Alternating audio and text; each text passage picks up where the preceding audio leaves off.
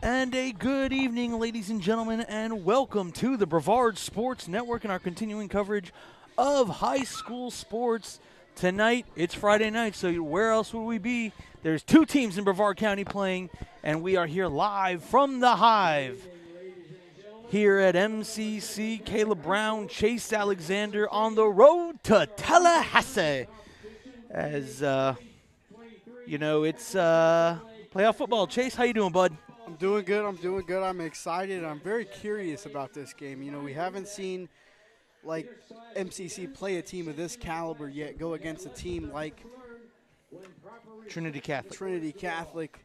You know, the Celtics coming into this game, their 4-7 record can be very deceiving as we've taken a look at their schedule before the game, and man, the teams that they played is one gauntlet. Oh, okay, let's start with that. Let's start with Trinity Catholic. Trinity Catholic comes in tonight at 4 wins and 7 losses. Now you might be thinking, well, Caleb, Chase, guys, why are we seeing a 4-7 team make it to a regional final? Well, let us enlighten you. There's 7 losses. Here are the 7 losses of which this Trinity Catholic team has come to. Clearwater Central Catholic, their record 11-0, still playing in the playoffs. Number 24th ranked in the state, Carrollwood Day, they're only 8-1, still playing in the playoffs. Number 74, Jacksonville Reigns. Now they're not in the play. They're not currently still playing, but they finished with a 10-2 record. Florida State University High School. They had a 10-2 record, and they're only the 47th ranked team in the state. Calvary Christian, 10-2 record. They're also still playing in the playoffs. 57th ranked team in the state. Number 23rd ranked in Ohio, Saint Xavier out of Cincinnati, Ohio. They had a 7-5 record. They're currently eliminated from the playoffs. And Buchholz, only the number 7th ranked team in the state. As we're going to pause for a quick moment for their moment of prayer and national anthem.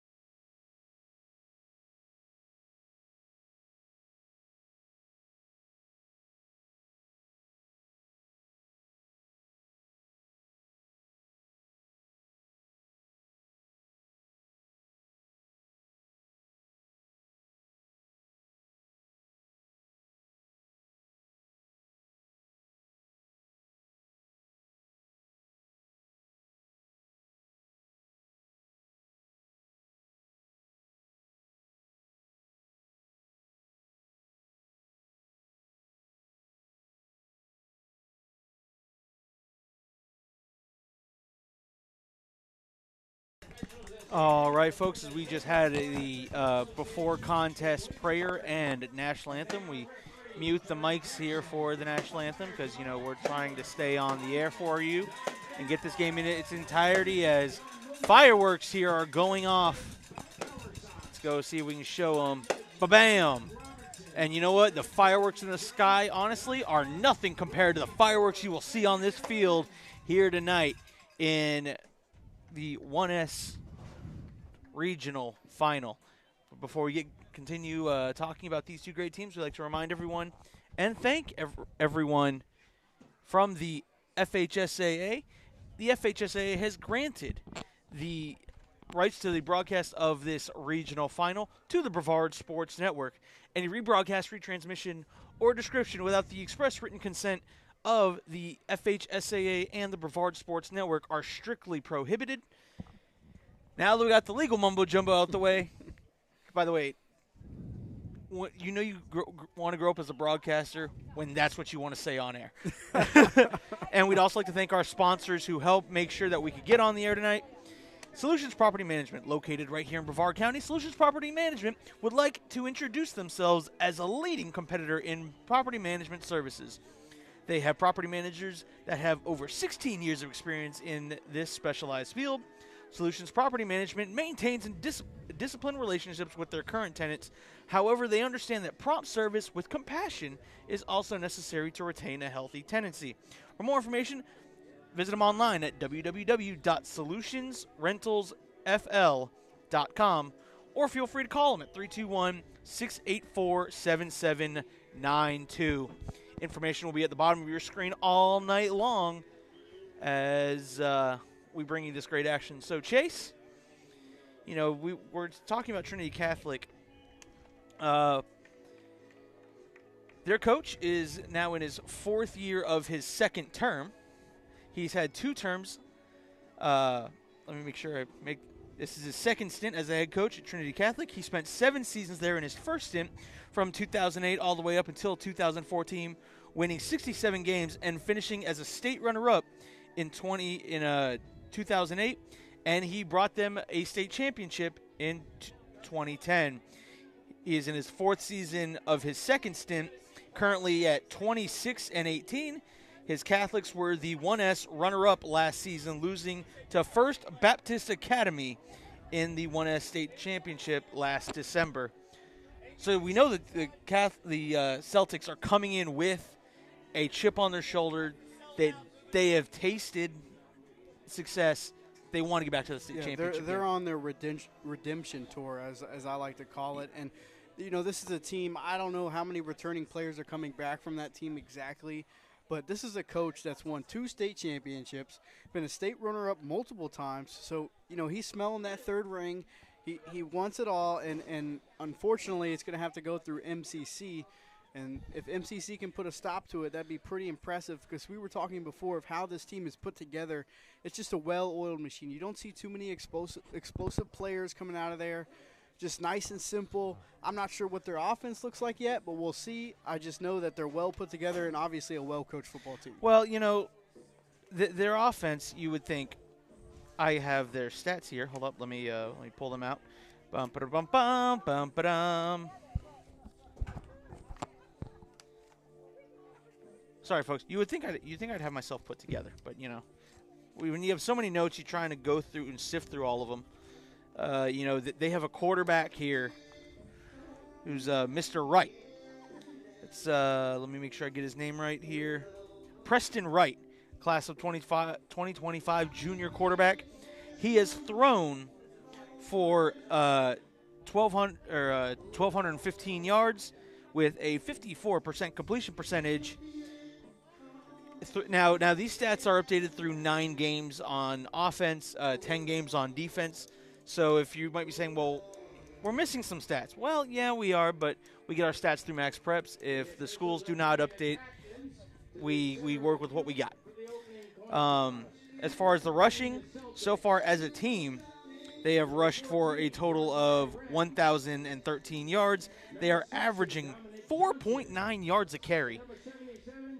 Are the Celtics. I mean, as a team, if you're averaging 4.9 yards a carry, that's not just one player. No. That's the whole team.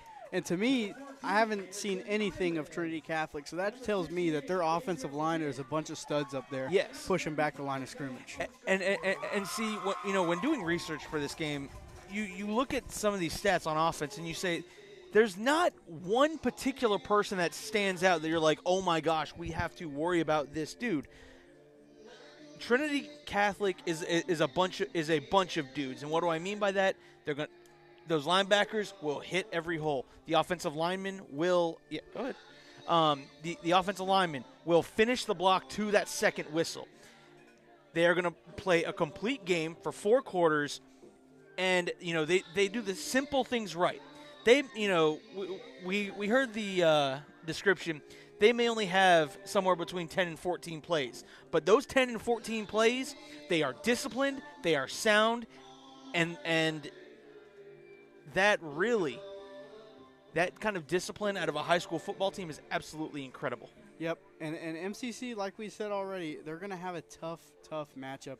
It's two very, I don't want to say opposite teams, not saying MCC is not a well-put-together football team, but MCC's explosive factor and what we see from the stats just outmatches Trinity Catholic. So you may think coming into this game it's going to be a blowout, but we will yet to see that based on their schedule and how this team is put together.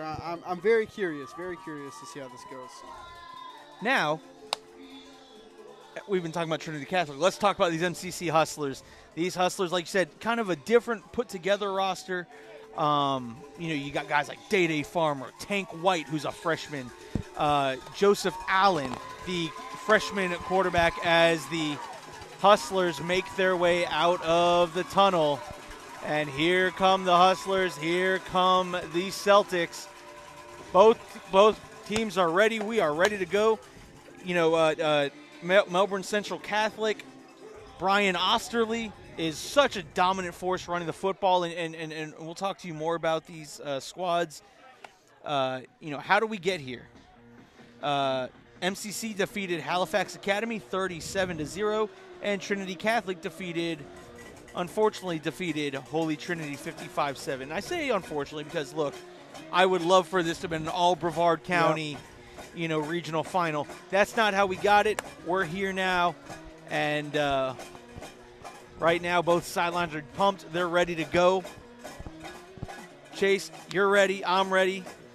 Yeah, and I think one of the biggest factors for MCC coming into this game, they have a freshman at quarterback. Yes. He's going to have nerves. Nerves are going to happen.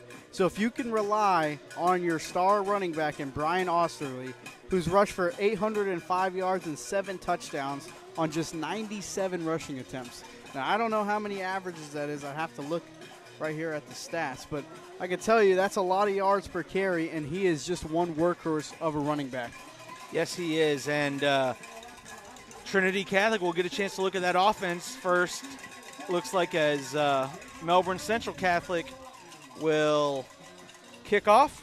Again, let everybody know you can watch this game here on YouTube or here on Facebook and on our Facebook let's try this again. You're watching on Facebook or you might be watching us on YouTube. We are live streaming the game both places. Caleb Brown, Chase Alexander on the call. We are ready to go. Set back to eat the kick is number 20, William Stewart, the sophomore, and he kicks this one off. We are underway.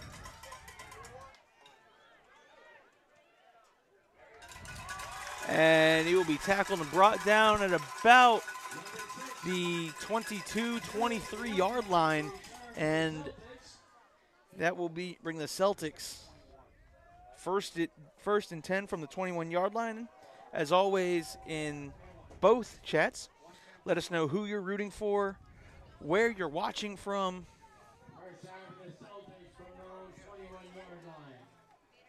Again, I'd like to thank Solutions Property Management for stepping up and paying the sponsorship so this game could be aired to you. Quarterback in the gun, hands off to the running back, and he found his. You want to talk about an explosive way to start? Chase, your eyes might be better than mine. Yeah, I believe that was, Holder on the carry, and that's right at quarterback. And as we saw, a couple pancakes on that, just one play alone, just clearing up that hole, and great explosiveness by the running back getting in there. So now it'll be first and 10 from the 35. And here's Holder. Holder that time wrapped up by a bunch of Hustlers, led there by number 75. That's Noah Ostrander. Yeah, and Ostrander. We did one other game this year, and he was all over the field against Cocoa Beach. And, he's going to be an X factor for this defense on that front five. or front seven. Oh, he is. We've had a chance to watch him a lot through youth, and to watch him come up from youth football, shotgun, drops back to pass, fires a nice out route. I believe that was number 8 on the reception. That's Luke Rudian, and the junior completes the out route for a gain of about 5 or 6 on the play. We'll give him 6. It's going to bring up 3rd and 4. Yeah, and this is what you want after that explosive run, bounce back, get a couple not so explosive plays, and try to limit this offense and bring up a 4th down for MCC. Right in the pistol. He's going to give off to Holder. Holder right up the middle, and he'll have enough for a Celtic first down. Yeah, just explosive out of that backfield. You wouldn't just the explosiveness, and he's not popping up on any of their leaders right now, so it's just look like another asset for them, for Trinity Catholic. So it'll be 1st and 10 from about the 38-yard line, as the Celtics are doing an excellent job here on this first drive. Mixing it up, a little combination run and pass. Mm-hmm. Holder currently gashing that defensive line. Right, drops back. 3-step drop, fires down the sideline. And oh my goodness. What a reception there by number 3. Yeah, and that's an underthrown ball, and the size difference between Woolard and that was Hayes, the receiver, and the adjustment he made, and it looks like he's going down there, so hopefully he's all right. But the adjustment he made in the air to come back for the ball and fight through the defender and still make the catch is very impressive.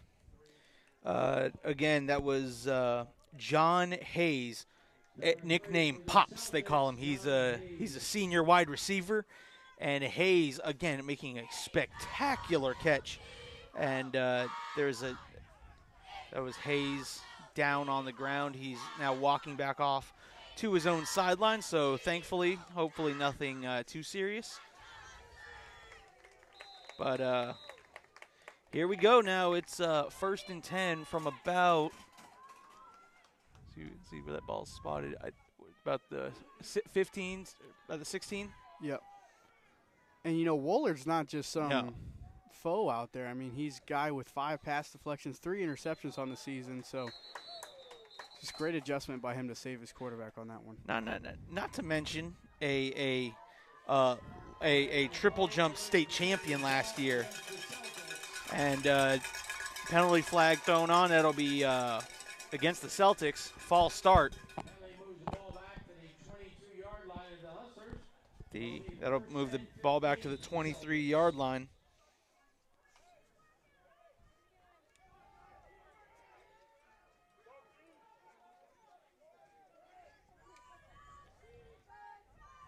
Right in the gun. He'll hand off to Holder, and Holder once again picking up a solid 4 or 5 yards on the play. Yeah, we could see that hole from up here, just how it opened perfectly between the tackle and the guard, that B gap, and he hit it hard, and he's not going sideways, which is important for a running back. He's fighting for all the yards he can get and falling forward. Trebnick was in on the tackle for the Hustlers.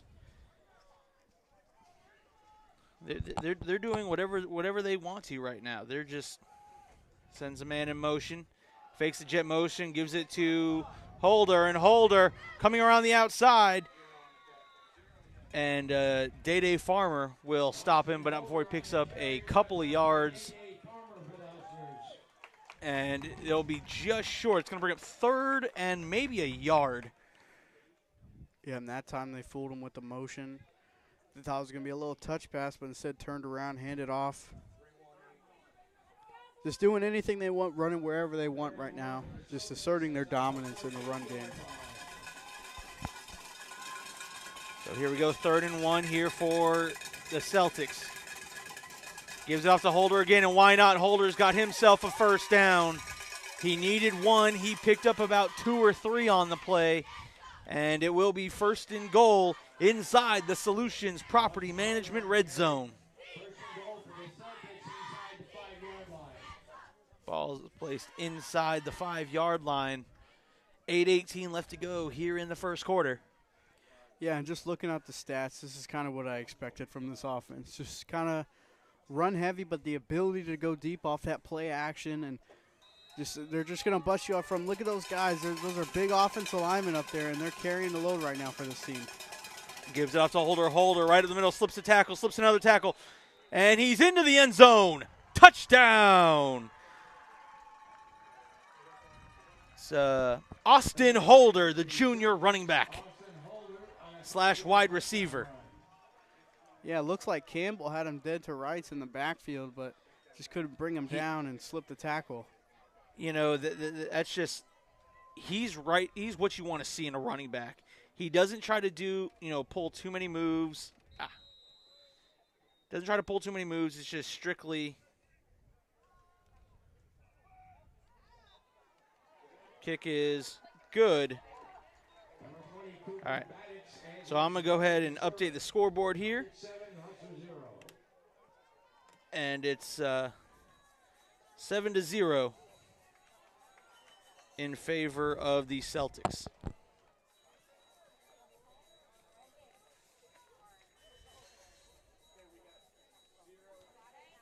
So MCC has to bounce back here. Looks like they're going to have to almost score almost every drive the way that offense moved, unless their defense makes some adjustments. That offense behind offense coordinator Knox Robinson, who's been calling a great year and having this offense being very explosive, and most importantly, they're diverse in their offense. They can run the ball the whole drive, but they can pass the ball the whole drive, whether it's quick passes, long passes, or running it up the gut with Osterley. Just multiple options for this MCC team, and I'm excited to see what they have to bring to the table here. All right, let's see. We get the number on that kicker. It's number 20 on the kicker. George Bryant. I have Cooper Baddix, the senior kicker, as he drills that one. And I believe that's number 7. That's Woolard. And he will be brought down there by their number 0, Courtney Patterson, the junior DB. Yeah, that's a great tackle, taking him down at the legs.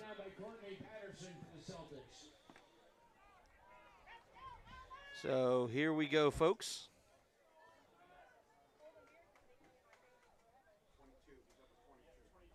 First and 10 from the 22-yard line, as we see this MCC offense now take the ball for their first possession. Under freshman quarterback Joseph Allen. Allen sends the man in motion. Going to give it off to Osterley. Osterley runs right outside, and Osterley picks up a nice gain right there off the left side, outside the tackle, for a nice gain of about 5 or 6 yards on the play. Yeah, and Brian Osterley is averaging 8.9 yards per carry. Whew. That's almost the first down a carry. That's unheard of.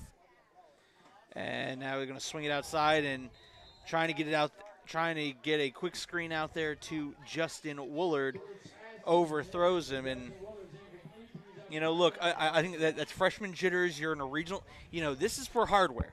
This is for another piece of hardware, and for your season to continue. You're going to have, things like that. And Knox Robinson will do a good job of settling his quarterback down and tell him, look, you have the athletes. Just bring that ball down a little bit, get it to your athletes, and let's go. Yeah, and, this is, in my opinion, MCC's first real test. This is their first real test, and they're going to have a bunch of these going forward if they continue to win. Play action, and they're going to take a shot. Wide open there is number 2 down the sideline and into the end zone. Touchdown! MCC Hustlers! Ramel Hernandez, 2 catches last week, 2 touchdowns. Make that 3 catches and 3 touchdowns. What a beautiful RPO run pass option. And Allen fooled the safety. The safety put down on the run, and he tossed it up there. Beautiful looking ball. Didn't break stride at all. and just a long, I believe that's a 60-yard touch, maybe a 50-yard touch. I'm sorry, 70-yard touchdown by Allen to Hernandez. Kick is up, and it's good. Folks, I told you, you better have the popcorn, you better have your snacks ready, because this is going to be a game.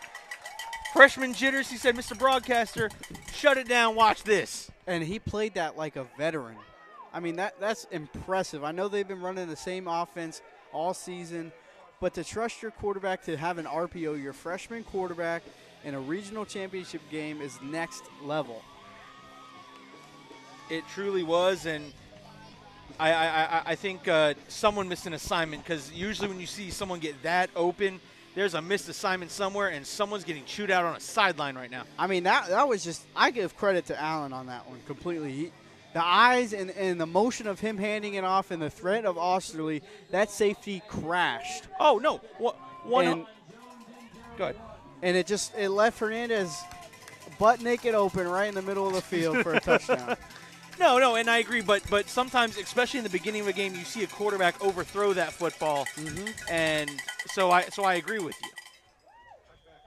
And a touchback there as William Stewart puts that one in the back of the end zone, so it'll be 1st and 10 from the 20-yard line.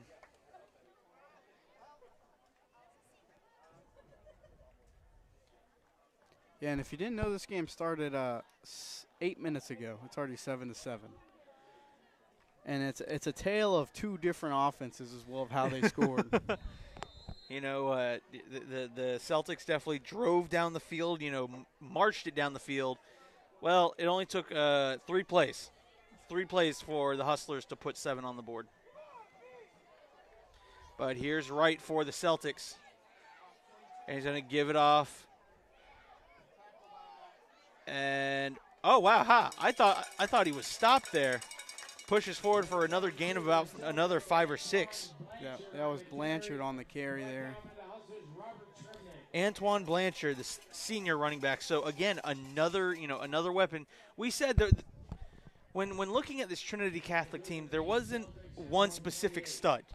It's just a bunch of guys they can rotate in, and everyone does everything sound. Watch the offensive line right here. And look at that. I mean, making moves, and what a touchdown saving hit there by Day Farmer. But number 6, Gerald Latoine III, a.k.a. Juice. And you may look at that play and like, oh, that's the Celtics. That's their momentum.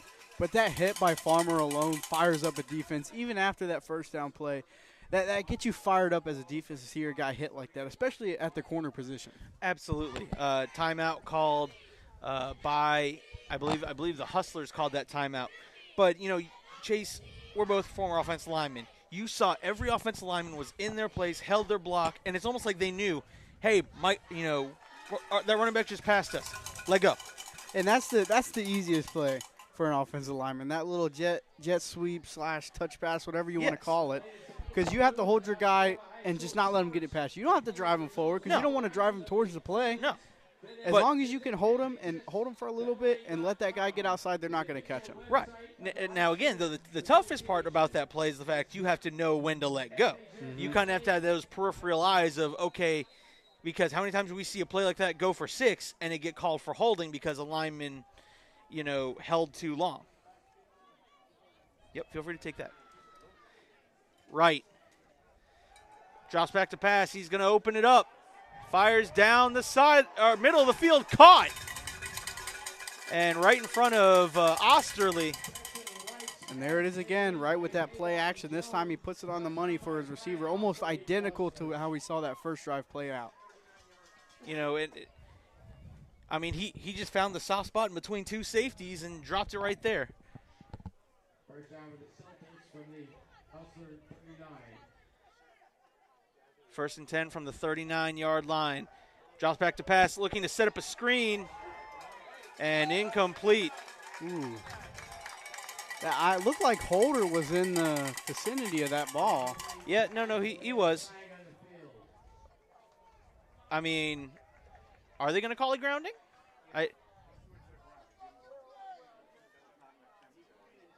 I'd be surprised because Holder was not even 5 yards away from that football. But I forget the rule. Even if there's a receiver in the area, does the ball have to get back to the line of scrimmage? I don't. If it's a screenplay, I don't think so. Okay. But, I mean, it could be different. I know that's like NFL college rules and stuff could be different at this level. In the world. And, yeah, they're going to wave the flag. So the incompletion. Good. And I think that's a good call by the official. And I like the fact that they have they know that they need to wave the flag. They have that sense of respect for the game that they're not just going to be stubborn to their own call. All right, and number 22 is the back in the backfield. That's Blanchard. Back now. He hands it off there on the jet motion there to number 5. Number 5 tries to break a tackle. Once again, Day Farmer in on the play, and number 5 was on the carry. That's Davin Jones, the junior wide receiver. Yeah, and I'm taking a look at these stats for the Celtics here, and we haven't seen their main running back, which so far has been Starks. And I don't want to speculate on anything, but he leads their team in carries, and we haven't seen him once lined up in the backfield. Right on play action, fires out quickly to a tight end, and there's a flag on the play. And again, another tackle made by Farmer. I would assume it would be a holding penalty, but Gerald Juice Lawton, the third. Now that probably rings some to some Brevard County years, because whenever you hear Juice or Juice Man, you think O.J. Ross, the former Cocoa Tiger. But holding called against the Celtics. So if you're MCC and if you're on that defense, this is the break you need. That says some 10 yards behind the sticks. It's now 1st and 20. So now this is your time to send the pressure. This is maybe another little jet sweep or run play here. Right in the gun. I believe that's Holder in the backfield. Wright drops back, surveying the field. Now he's going to take off and run with it. And Wright, he has a little over 400 rushing yards this season, so he's not afraid to scramble if he has to. Gets out of bounds and doesn't take the hit. I like that in a quarterback. Yeah, and that's an 8-yard gain. It gets most of your penalty yardage back. It should be second down, not third down. Yes. Okay, second down. Yeah. One thing I like running mobile quarterbacks. I just would like to see more of them step out of bounds and not take unnecessary hits. Yep. If you're stretching out to get a first down, I get it. Right, drops back, surveys. He had a wide open man. Now Osterley was sitting behind him, but that would have been a first down, or that would have been close to a first down and set up a 3rd and short. Yeah, and that looked like a miscommunication there. Maybe meant to run an out route. Maybe Wright was wrong. Who knows? I mean, maybe it was an option route. Right. If they trust their guys that much to run option routes, and if they have that type of chemistry, it's very possible. So just a little miscommunication there. Preston Wright still in the gun. 2-by-1 set. Drops back, surveying. He's going to step, fires over the middle. It's caught. And that's going to set up, I believe it's going to look like 3rd and 5, 3rd and 4, number 24 on the reception. That's Cedric McFadden. A very, very risky throw there. He had a guy open in the flat, and I understand the need to try to get that first down marker. But if you're confident and you don't want to take that risk, but it worked out for them. So 4th and 3, I like this call. You're going to have to, take some chances. I like it. You're in no man's land. Go for it. 4th and 3. Man in motion. Try to draw him off sides. Great defense, great discipline there by the Hustlers. Yeah, and we also don't know who their kicker is, or what he has to offer is either. And a timeout taken by the Celtics. That was trying to draw him off sides. Look back at the coach. Coach didn't like it. Call a timeout. Let's regroup. Now again, we don't know what the kicking situation is like. We don't know if they have a kicker. If they do, I'd be interested to see if, they elect to kick this one. Yeah, from here it'd be a 37-yard field goal. So that's right around. It's a tough range. It's a tough range. 4:09 left to go, 4th and 3.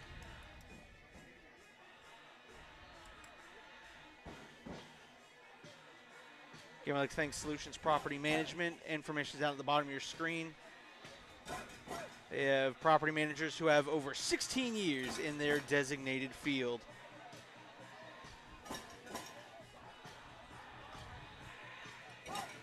All right, here we go. So now they're going to come back out with it. Is that still right? Yep, that's right. Right, hands off there to Holder, and Holder I think might have been stopped short. I'm not sure. I think that extra reach, it's going to be very close. Austin Holder. They might have to bring the sticks out to measure. And that's what I think is going to be done. They're going to bring the sticks out. And, all right, so folks, I'm going to try to get you as close as I can to this measurement, and hopefully no one steps in front of my view. Now, the ladder's what I'm more worried about. I can get you close. It's whether or not someone gets in the way of my view. That's a whole nother conversation. With a little Jeopardy music going on here.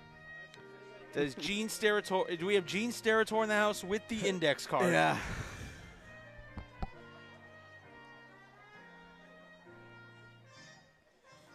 All right, here we go. This is a huge call. Oh. All right, so the ball's being held. And they're going to be short. They're going to be short by half a football. And the MCC defense comes up with a big stop. Not big, gigantic. Gigantic stop. Again, I'm not going to fault the coach there, attempting to go for it. Again, we don't know what the kicking situation is. And again, if you're going to go for it, let Holder, who's been gassing up this defense. You know what? If you go down, giving it to one of your better backs that we've seen tonight, I'm totally okay with that. Yeah, and I think that's exactly what he's saying to his guys, and I think his guys know that as well. But here we go, 1st and 10, inside their own territory. Allen calls a snap. There's the jet sweep. There's Day Farmer. And the UCF commit turning and spinning around. Number 44 coming up. That's Jacob Dyer, the middle linebacker, senior middle linebacker, coming up and making a stop on Day Farmer. Yeah, and if you notice that's a risky defense to play against this MCC offense. They're putting, I believe it was 7 guys at the line of scrimmage, and they're playing 0 blitz man coverage. And it's just a risky type of defense to play against this MCC offense. Allen back in the gun now. Play action. Gives it that time to Farmer. Farmer makes a man miss. Finally goes down, but I believe he'll have enough for a hustler first down. And this is one of those games you're seeing Day. You're seeing more Day on offense now. Again, when you look at this offense, think about the weapons. You got Tank White. You have Day Farmer. You have Osterley. You have Justin Woolard. Oh, and by the way, you also have Hernandez, who had a giant catch and the opening touchdown for the Hustlers. So yeah. you have weapons all. Sorry. No, you're good. And Allen just orchestrating this offense and kind of feeding these guys, and he knows what they have to offer. There's Osterley breaking through tackles, and he'll have enough for a first down and then some, a gain of about 13, 14 yards for Osterley, who, by the way, let me just mention, last week, that cat had a 75-yard rushing touchdown. So he's got breakaway speed.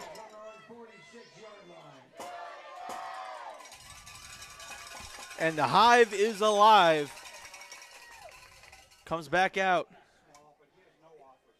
in the gun.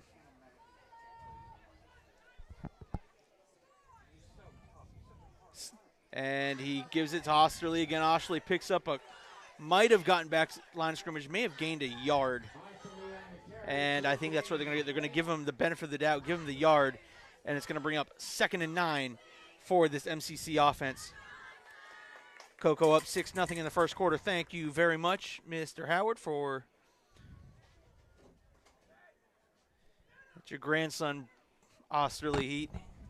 He's been another one I've enjoyed watching over the years. Down at Heritage, transferred here.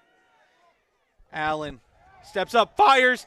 He's got a man. That's PI. Intercepted, and that is going to be pass interference. I didn't get the camera on it, but I saw it out of the corner of my eye. That's going to be pass interference. Yeah, that's credit to, I believe that was Hayes. Yeah, that's John Hayes trying to make that positioning, but he just pulled both of his shoulder pads down and put in possession and make that interception. So again, Allen, that's a risky call, throwing it into double coverage. He didn't have him beat, but it worked out for them getting that pass interference call.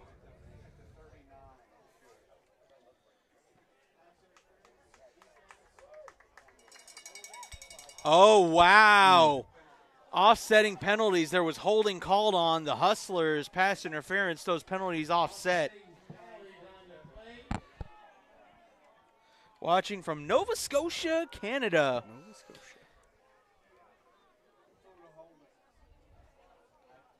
So offsetting penalties. So that's a tough one for MCC. 1:24 left to go here in the first quarter. It's going to bring up second. That should be third down, I thought. Oh, well, no, because of the penalties. Yeah, offsetting. So 2nd and 9. And there's another catch. That one there to number 2, Ramel Hernandez, who, again, has a 70-plus yard touchdown reception. So Hernandez continuing to make plays for this Hustler offense.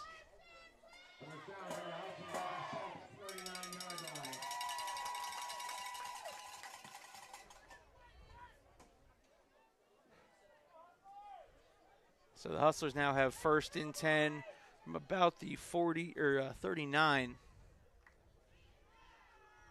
Allen hands off to Farmer. Farmer tries cutting upfield. Now he's going to break to the outside. Farmer tripped up on a shoelace tackle. And again, that's another touchdown-saving tackle because we know what he can do in open space. Yeah, and Farmer, if he just would have stuck outside, he hesitated taking that step inside, and I know you see the end zone, you just want to take the quickest route there, but if he stuck outside, he would have had the first down and more. Instead, it'll bring up 2nd down and about 4, maybe 5.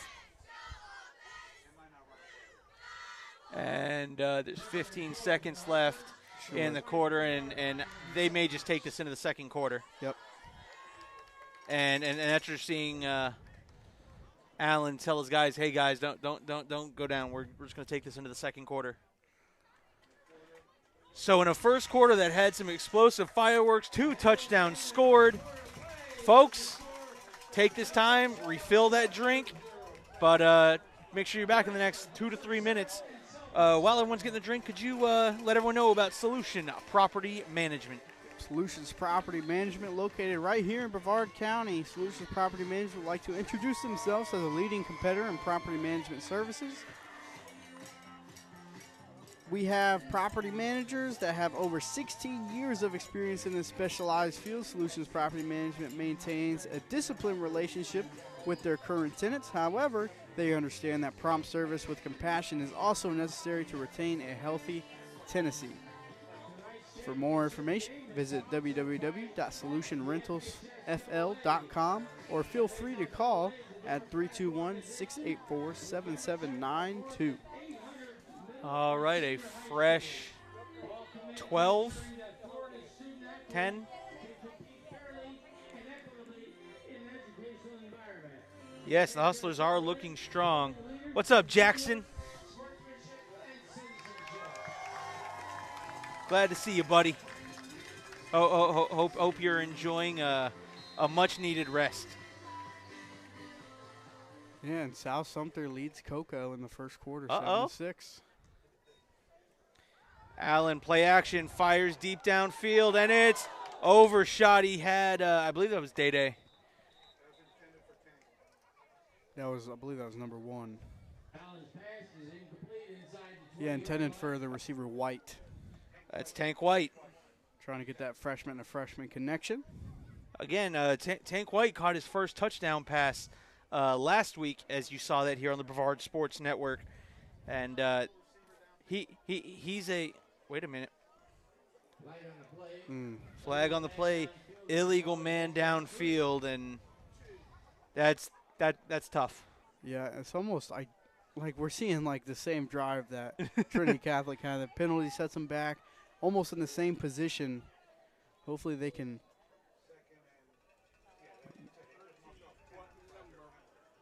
Hold on. So they're moving the ball up. They moved it back 10 yards. It was supposed to be a 5-yard penalty. Okay. I was like, wait a minute, that looks a little deep for an eligible man downfield.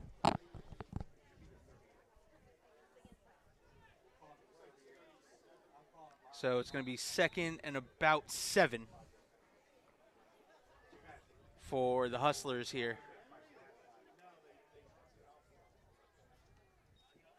Drops back to pass. They're setting up a screen. And the great job there, pressure provided there by number 23, Amani Armstrong, the sophomore defensive lineman. Yeah, what a play. And what recognition to know that where you could feel Osterley looking. And Allen tried to get the arm angle on that one, but just hands up, hand spread by Armstrong on that one and made a great play. Do not, folks, do not click on the spam links being posted. We're trying to delete them as we can, but just know you have the free broadcast right here. No need to jump to another link. Why do that when you got it right here? We haven't asked you for credit card information.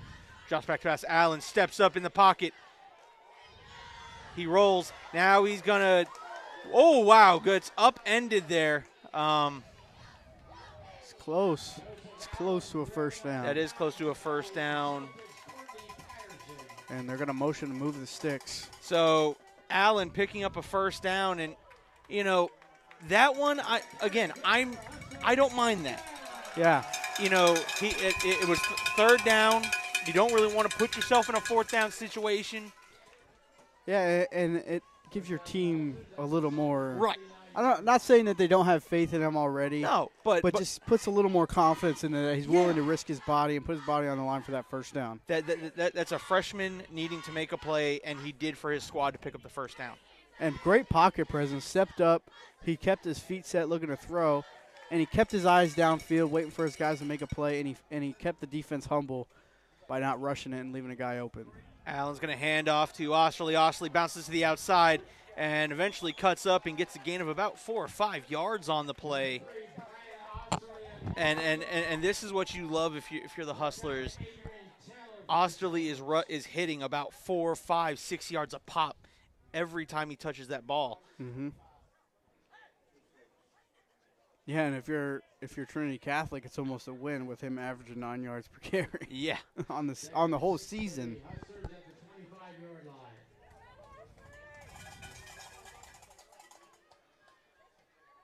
Allen in the gun. Now he's going to play action. He's going to send it one-on-one. He's got his man beat. Wow. And it's caught. Touchdown, MCC Hustlers. That is number 2. Guess who? Ramel Hernandez. Wow. Hernandez with a shot play. Just pulled it in one-handed. Did you see that? I mean, that's He reeled it in. That's a done-a-nut. Didn't think about it, put his hand out there. And again, a beautiful, beautiful ball by Allen. Giving his guy time for that double move, and it worked to perfection.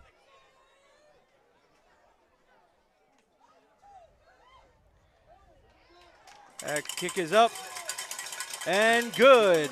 So with 10:50 left to go here in the second quarter, the MCC Hustlers jump out 14-7 right here on the Brevard Sports Network. We're going to take a quick break.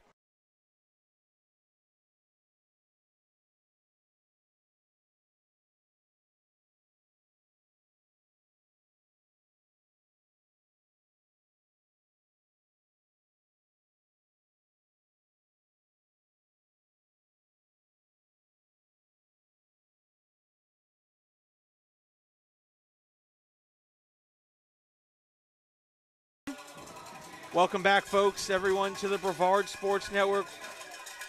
Welcome whether you're watching on Facebook, whether you're watching on YouTube.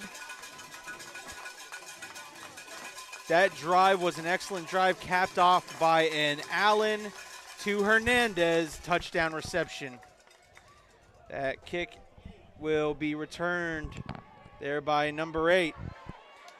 Check, that's number 6. Number 6 comes along to the sideline, eventually escorted out of bounds after a nice return there for the Celtics.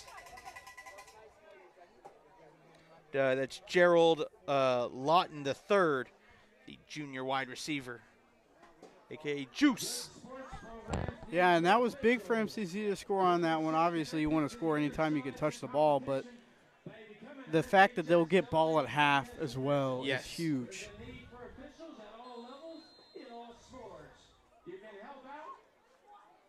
Again, I'd like to thank our friends of the FHSAA for granting the Brevard Sports Network the rights to this broadcast. Any rebroadcast, retransmission without express written consent of the FHSAA and the Brevard Sports Network is strictly prohibited.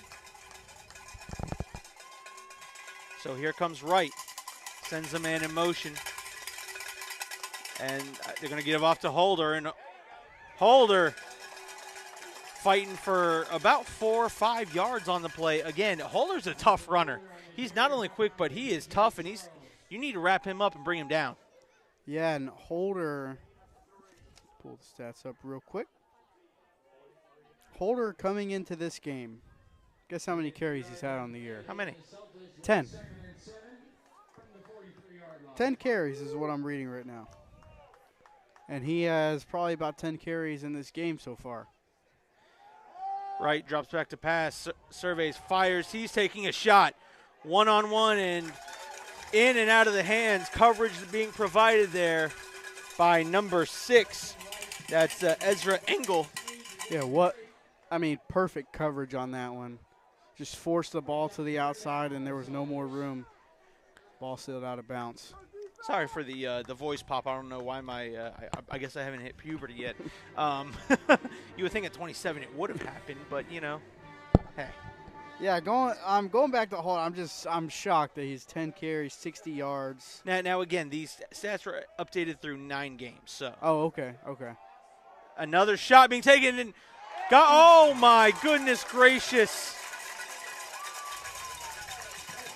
The receiver there, I can't get the number on it. It just bounced right off of his shoulder pads. Yeah, that was John Hayes, the one who had came up with the catch earlier on Woolard, and that time Woolard caught a huge break because that was a touchdown all day long with Woolard falling to the ground and hitting his chest and bouncing off.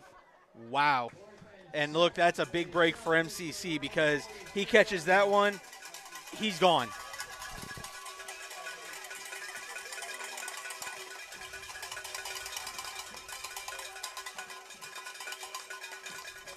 So we'll see the punting unit come on for the Celtics. Nice punt. And Hustlers will just let it bounce. And it will be taken over at about the 18 or 19-yard line. Yeah, that was Cooper Baddix, the punter. Great way to flip field position there inside the 20-yard line.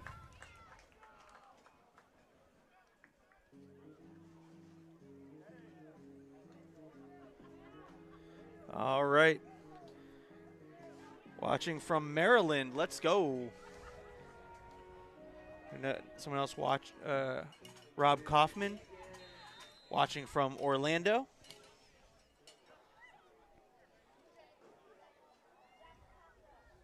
So here we go. Now we'll see this freshman quarterback, Allen, come back out and look to try to capitalize here. 9:39 left to go here in the second quarter.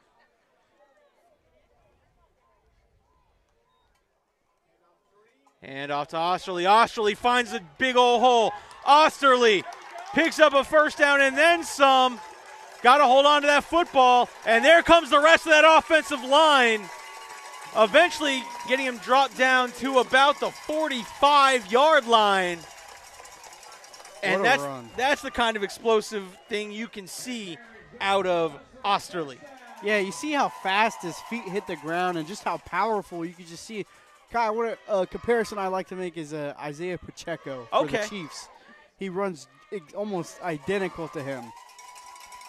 There's the handoff, and he'll pick up, pick up 4 or 5 yards.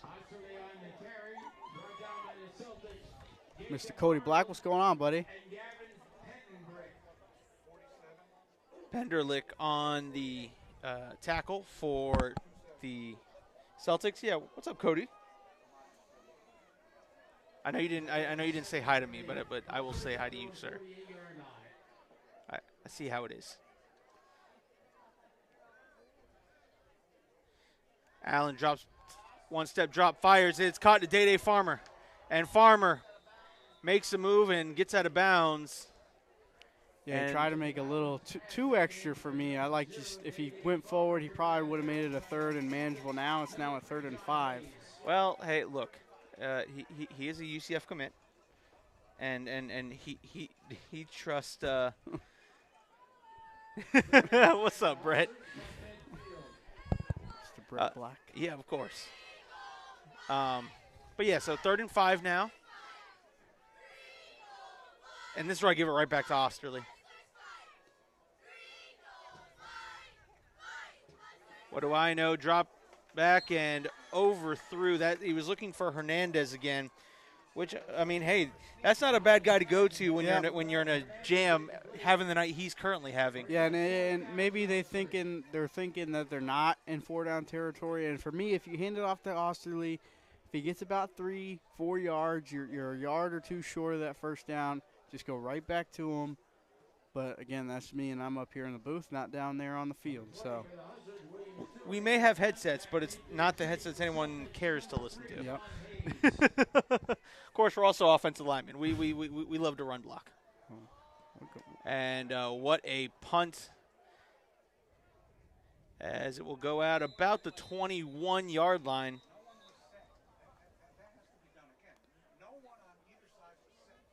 Yeah, just a little awkward punt kind of thing there, but no penalty, so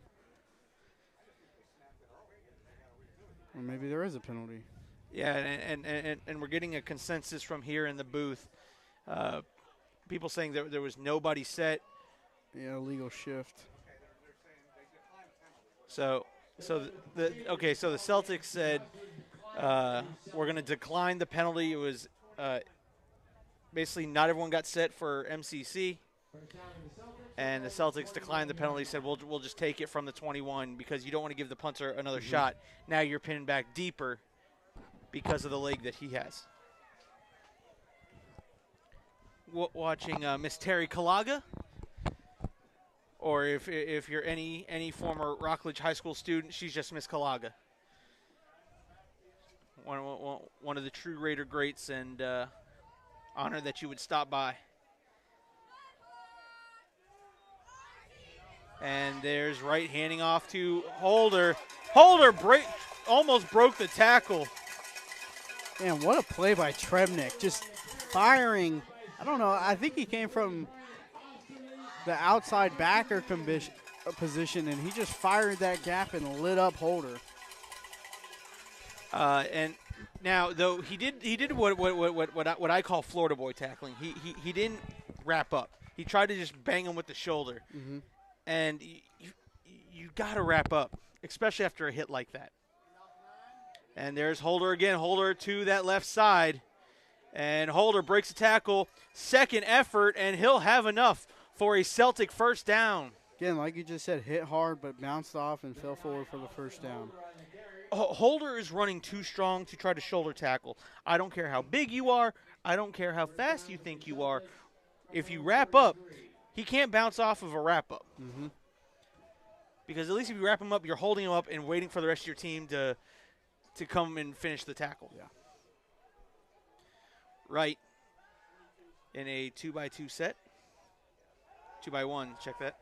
Right, fires back near side. Makes a man miss. There's number 24. Number 24 has got one man to beat. Cuts back again, and I think he took one too many cutbacks there. But the reception there by number 24, Cedric McFadden, the senior wide receiver. And what a throw by Wright. Put it right in that pocket of that zone. looked like almost like a cover 2 back there and split the corner and the safety and just bounced off again. You got to wrap up. You got to, especially in this position where you're at right now, you have to wrap up. You have to make all those tackles. You just got to, that was 40 yards run after catch. So number 22 is now the one in the backfield there. Right, play action. Fires, he thinks he's got the matchup. And once again, right through the hands of his receiver. That time it was number 5, the intended receiver, Davin Jones. What a ball. What a ball by Preston Wright. Defender in his face. He got popped on that one by Campbell, I believe, and just put it on the money at the pylon, and the receiver just couldn't come up with it. And that's one. If you're a receiver, you have to make the catch. When the quarterback placed it where either his guy was going to get it, or it was going to wind up a.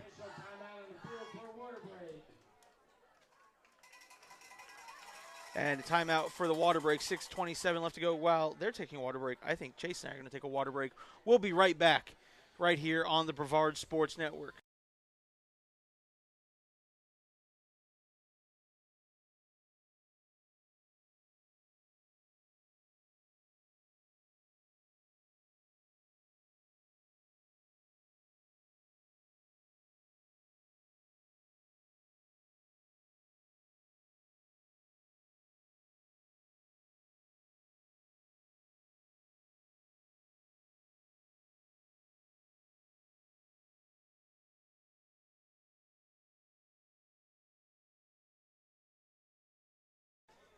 Welcome back, folks. As the Celtics are driving, knocking on the door of that Solutions Property Management Red Zone. Right, drops back to pass.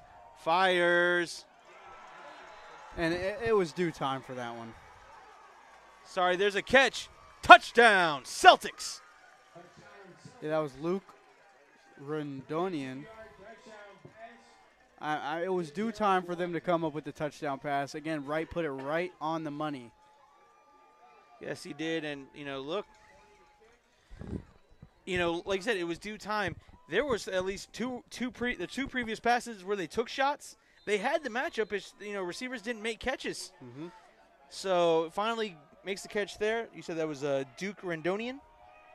No, yeah, number 8, Luke Rondonian, yep. Luke Rondonian, kick is up. And it is good. So the Celtics tie it back up with 6:17 left to go here in the second quarter.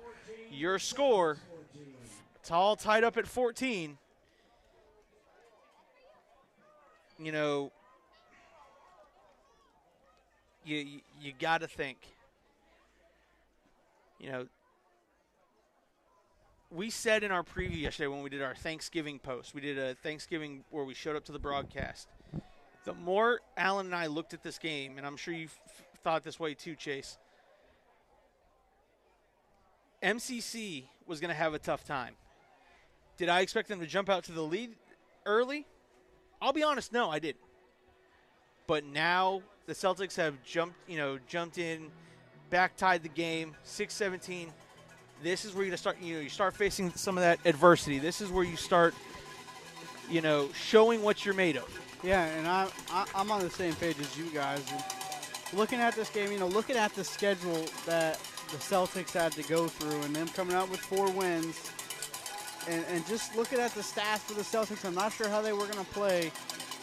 I know they were polar opposites of MCC. And that one will be returned from the end zone. And he's got a lane. He makes a move. And that was Woolard. Woolard with a nice return. What a way to answer back and give your offense, good field position. Instead of letting that one bounce in the end zone, you pick up an extra about 15 yards on that return than if you would have just, taken the touchback.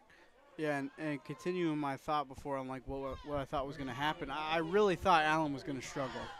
I'm not going to lie. I thought the Celtics were going to draw up a game plan. They were going to try to stop him. But, he's been great so far, hitting all these deep passes, 2 touchdowns already.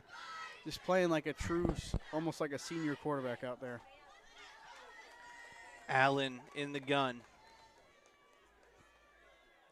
Gonna hand off there. Oh, no, sorry, play action. Gets it to Farmer, and Farmer will be brought down after a gain of about 3 or 4 yards. And the way that he runs that RPO, you think he'd be running it for like 8 years. Just the smoothness of how long it takes him to pull the ball. And sometimes that could be bad because your linemen are running downfield, but in that case scenario, it worked. The line of scrimmage was stuffed, so he made the right decision, tossing it out to Farmer. Coach Hooks, when we talked to him yesterday, said we'd see a little bit more day-day on offense. Woolard, man in motion. They're going to give it to him on the jet sweep, and Woolard, that was just not the correct read. Yeah, and just nothing there. I don't know if that was RPO or not, but bad blocking on the outside. Just let a free runner in there, and there was almost 3 guys in the backfield ready for Woolard on that one. Nowhere to go. I don't know if you'd say that was bad blocking, and more just maybe you had to pick one. Like I said, there was 3 guys in the backfield. You were kind of just hoping to try to pick someone up, and sometimes you don't always make the correct call. And look, that's a coachable moment. So it'll be 3rd and long now, 3rd and about 13. Obvious passing territory. And Allen trying to escape the pressure. Number 44 with the sack.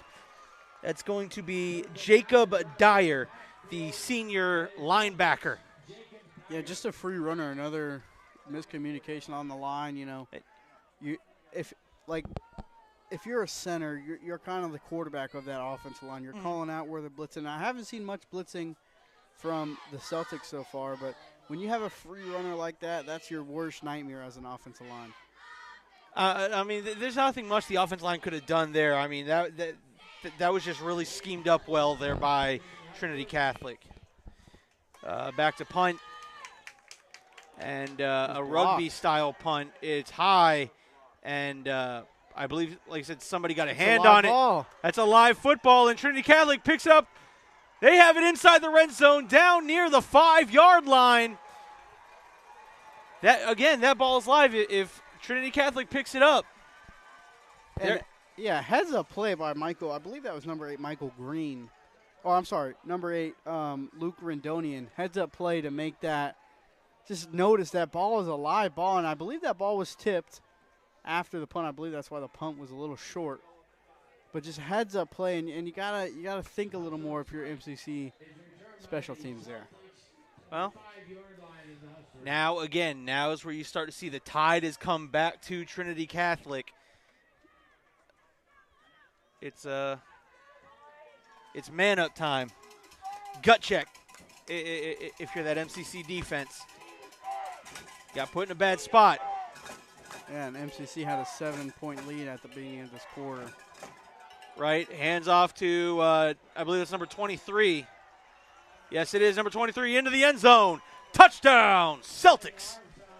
Yeah, and that's Armstrong. That's a defensive lineman getting in there and just defeated on that one. Yeah, I mean, there was – the offensive line did their job. They created the hole, and look, when you're his size, you don't need much room. Mm-hmm. As you saw, he just kind of slowly rumbled through there a little bit. He did, but you didn't want to be the one getting in front of that Mack truck with his head of steam.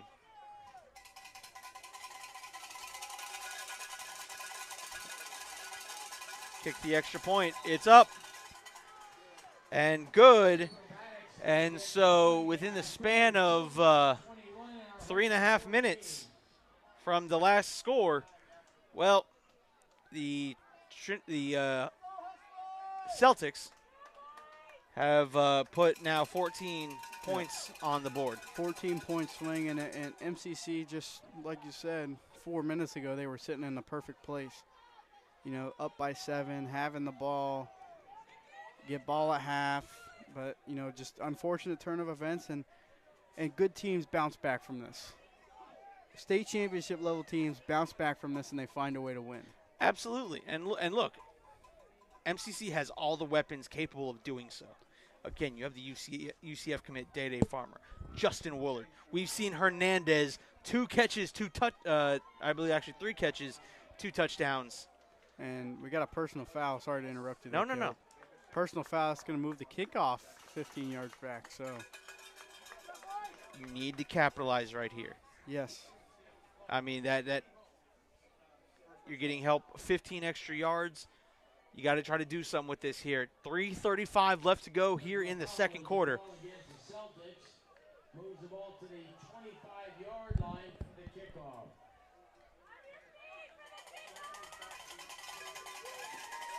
And the fan base getting behind their squad. He's heard someone tell everybody, get on your feet for the kickoff. Yeah, and if you're the Celtics here, you want to be careful with Farmer and Woolard back there. Oh, listen, those are two dangerous return men.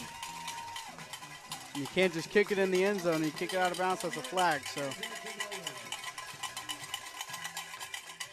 And we'll see who comes down with it. It's been touched. That's a live football. That's Farmer and I don't know what he was doing. Yeah, he just kind of waited for him to come to him. Oh, almost like he missed it and then sat there and waited. I didn't understand that. Maybe he was hoping he catch someone being undisciplined, but you can't count on that with this Trinity Catholic team. They are too disciplined. They are sound in every phase of the game. Yeah, Coach Brantley has his team coached up almost to perfection, just discipline-wise. Other than that's the only. I believe that's been the only flag, except the holding was a personal foul on the extra point attempt. So. We've seen a clean game from both squads tonight. Yep. But it's been the timing of those penalties and such that have hurt the Hustlers. Allen taking a shot downfield, and great coverage there by number 5. Davin Jones. Yeah, White could get no separation on that one. He was blanketed all the way down the field, and Allen got lucky that safety didn't read that earlier because he was coming over there hot. And look, the great thing about that coverage, you use the sideline as your other defender. Mm-hmm. Yeah, okay, if he goes up and makes the catch over you, cool. But if he doesn't come back and get in bounds, that's just – doesn't matter. Right. Sends Woolard in motion, gives it off to Osterley. Osterley will be hit at the hips. And that's what I'm talking about. The backers come in, the defensive linemen come in, they're hitting at the hips. They're hitting in the leg area. That's how you stop good runners. Yep, and if you saw that, I don't know if you saw the back half of that defense, all of them collapsed when they saw that motion because it's either a touch pass or they're going to hand it off to Osterley. If they can get a little play action out of that, they can burn somebody deep with either Farmer or Hernandez, as we've seen already. Look, I know Knox Robinson is a very smart football mind. He's got something. He's just waiting to pull it out. 2:37 and counting left to go here in the half. Allen drops back, throws over the middle, and it's caught. That's Tank White with his first reception of the game. And what a way to make your first reception of the game, snaring it out of the air and fighting for that first down, hanging on to it. And what a job by Allen. Almost all of his offensive linemen push back into his face on his back foot, makes a strong throw to White, and completes over the middle for a first down. Exactly, it's going to be should be a first down, right? I think they're going to get him for a face mask. Well, if the catch wasn't a first down, then they got aided with 15 extra yards. And right now you'll be sitting 1st and 10 from the 46-yard line if you're from your own 46. 2:27 left to go, and I think MCC has at least 2 timeouts left. Yep, I believe so. And if they can double dip here, and what I mean by double dip is if they can score now, they get the ball to start the half, they can gain that lead again.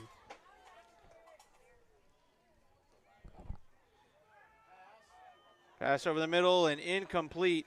He was looking for Woolard. Yeah, a low snap just disrupted the timing on that one, I think. Not too low, not just in the center. It was a decent snap, just enough to disrupt timing. Yeah, threw it a little high, and got to be careful. Missing high over the middle like that. That safety was sitting back there. So it's going to bring up 2nd down and 10 from the 46. Allen in the gun. Drops back to pass. Gives it to Osterley. Osterley brought down immediately. Great tackle there by number 0, Courtney Patterson. The Celtics are going to take a timeout. And that was a screen play with no offensive lineman running out. Yeah. It just seemed like the offensive linemen were late to get out, and Osterley just had nowhere to go because obviously just free range for the defenders to wrap them up right at the line of scrimmage. So, Chase, we were talking before the broadcast, and upon the research I was doing, we talked about Coach Brantley for Trinity Catholic. He is a former Gators quarterback.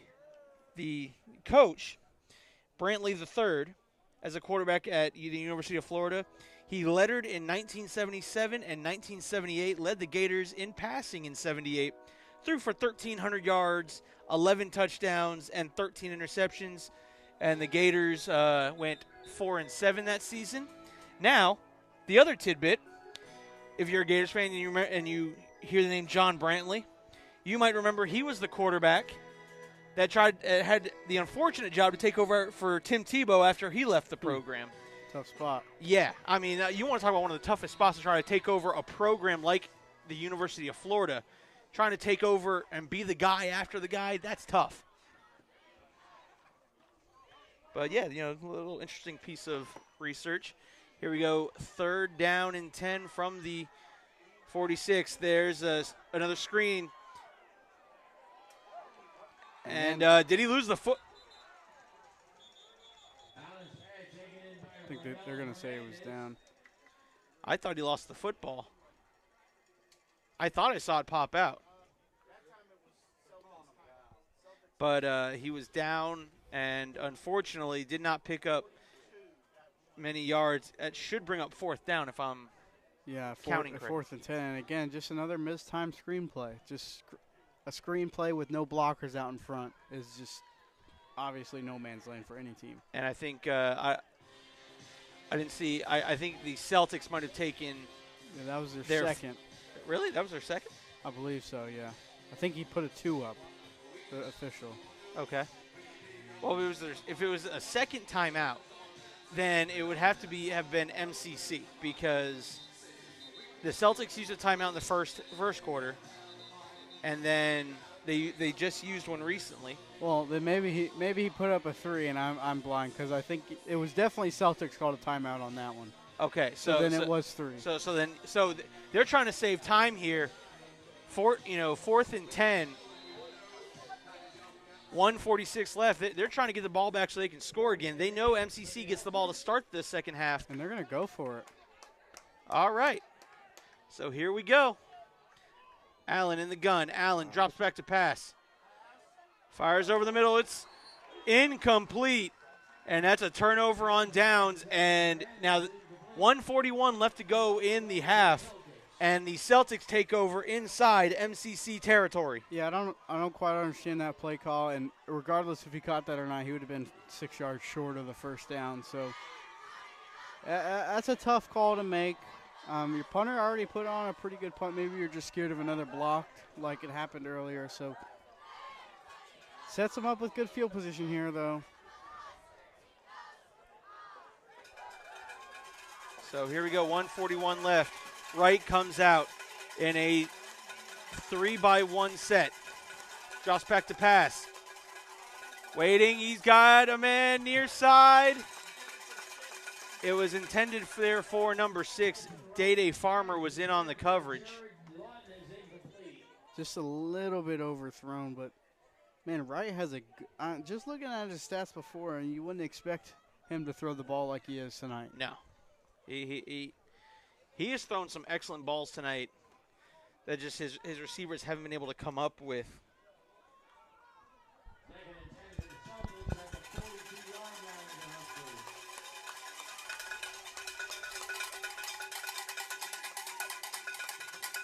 Drops back to pass right. Fires, he's going to the opposite side. He's got a man, and it's another drop pass. Again, that's Woolard on the outside, just struggling to keep up with these receivers so far. The ball was a little outside, didn't hit him in stride completely, but I mean, 100% a catchable ball. Look, every quarterback will look at their receivers and tell you, if it hits you in the hands, you better come down with it. Obviously, passing down, so I would expect another one. And they're sticking to that man coverage. I mean, MCC look. is, and they're loading that line of scrimmage. They're loading that box. Well, I mean, when you have Holder who's been gashing you. That one over the middle, incomplete. That time Osterley was in on the coverage. Number 11, the intended receiver, A.J. Adams, the senior wide receiver over the middle. Yeah, and that was great instincts to take a good jump on that ball and deflect it away. 4th and 10. Coming up at halftime, I don't see any bands, so maybe if I convince Chase enough, he'll go out on the field and dance for everybody. Yep. Maybe throwing a cartwheel or two. You never know. Hey, listen. Let's get a 1 typed in the chat if you want to see Chase go out on the field and dance. Let's get a 1 typed in the chat. Oh, man. And we have the YouTube chat up too, so go ahead and type the 1. 12-7, Coco is on top.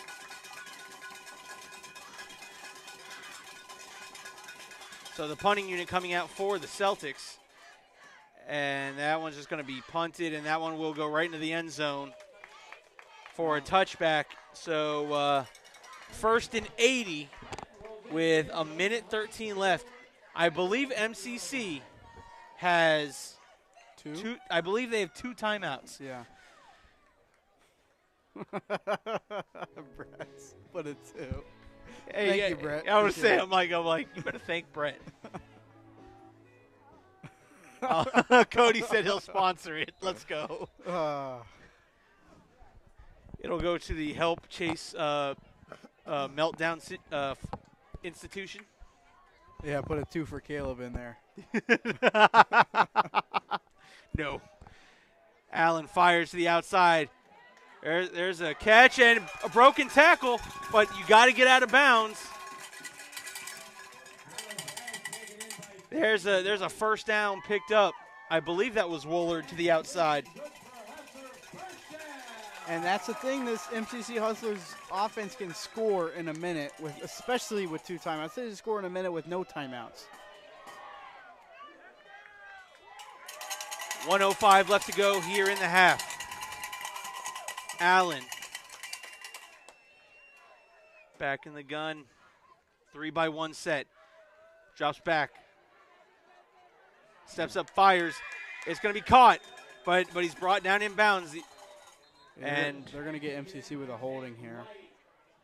Tank White that time had the reception. The interior of that offensive line.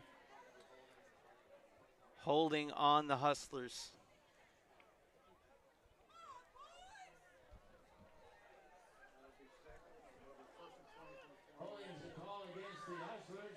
So it'll be 1st and 20. I believe that's a 25, right?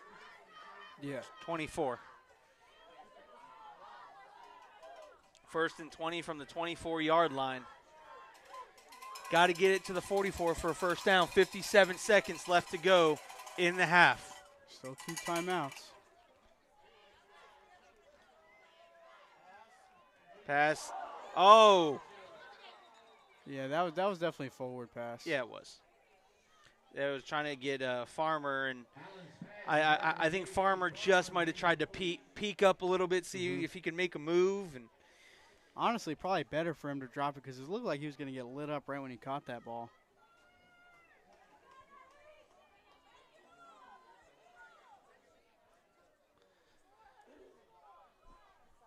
So it's going to bring up 2nd and 20. From the 24-yard line, and 46 seconds left to go in the half. That time he's going to hand it off to Osterley, and Osterley will get about maybe 5-6 yards on the carry. Yeah, and they're just going to let this one go down to the half. They don't want anything bad to happen, no turnovers or anything like that. And, you know, they said Vince Lombardi said 3 things happen when you put the ball in the air. 2 of them are bad.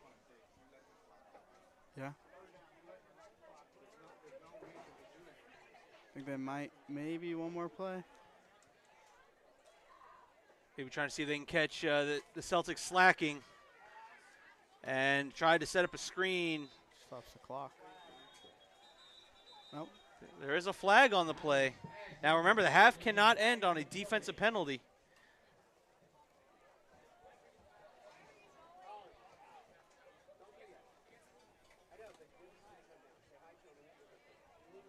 Illegal man downfield, offensive penalty is declined. And we're at halftime, folks, with your score. The Trinity Catholic Celtics, 21. The MCC Hustlers, 14. We'll be back with the third quarter here in about 15 minutes.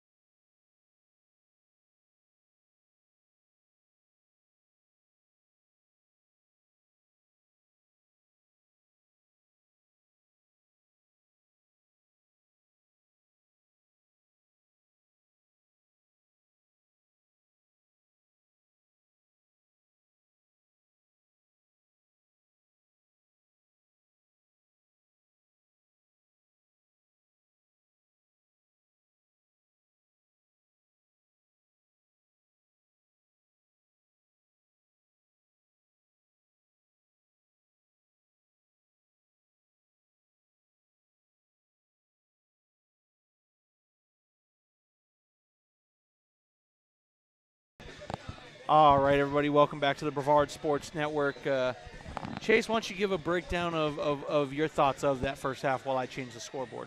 Yeah, so MCC is lucky to still be in this game. We were discussing a little bit before we went back on here, and that there's 2 drives. That last drive to end the first half, it was a drop touchdown right through the hands.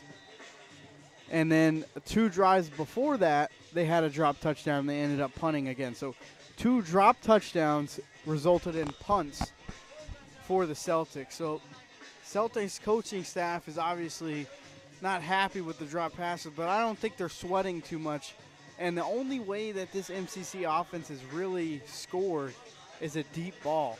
And a deep ball to one guy, which is Ramel Hernandez. And Hernandez is making a great impact on this game, but you just need to include the run a little bit more, get Osterley going. That's a guy that if you keep feeding him, the more carries he has, the stronger he gets. Yes.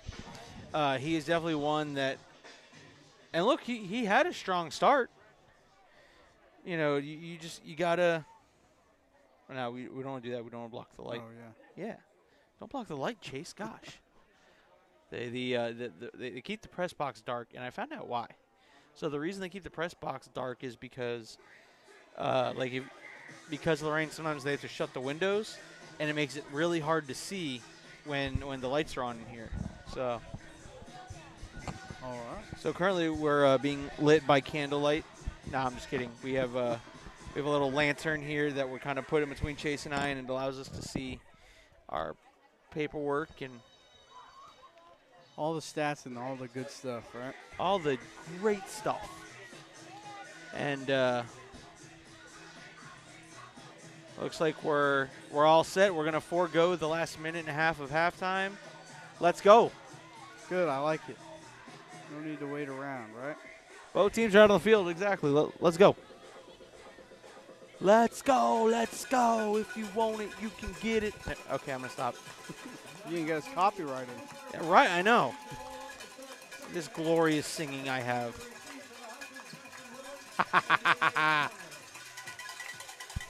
And there's the deep back. And Woolard will take the touchback. So 1st and 10 from the 20, and that's where the Hustlers will start their first drive.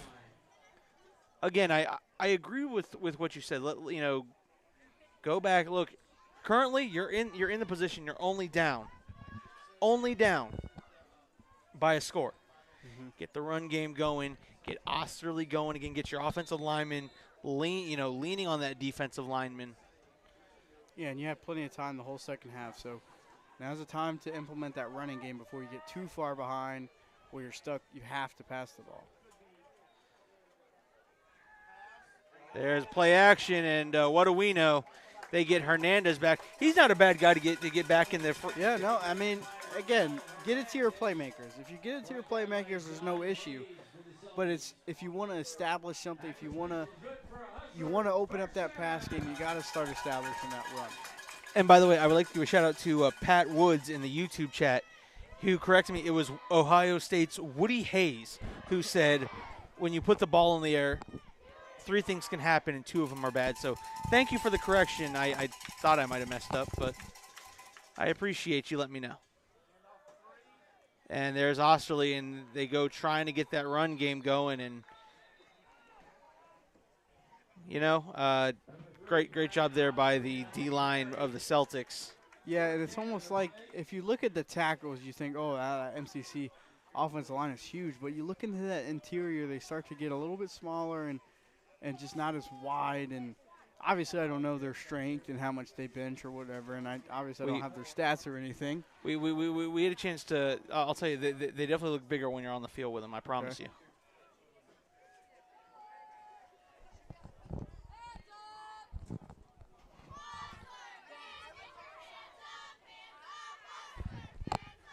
So here we go. Back in the gun, 2nd and 8. Gives it back to Hernandez on the screen. Hernandez trying to find some wiggle room, and no mas. Just too much dancing around. I mean, he's trying. I mean, there's not there's not too much you can do when you have 3 defenders. Yeah. You know, kind of waiting one on either side of your blocking receiver. Yeah, Farmer had a guy, just pick a side and just go and try to lower your shoulder and get as many as you can. So 3rd and 8 for the Hustlers here on the 22-yard line.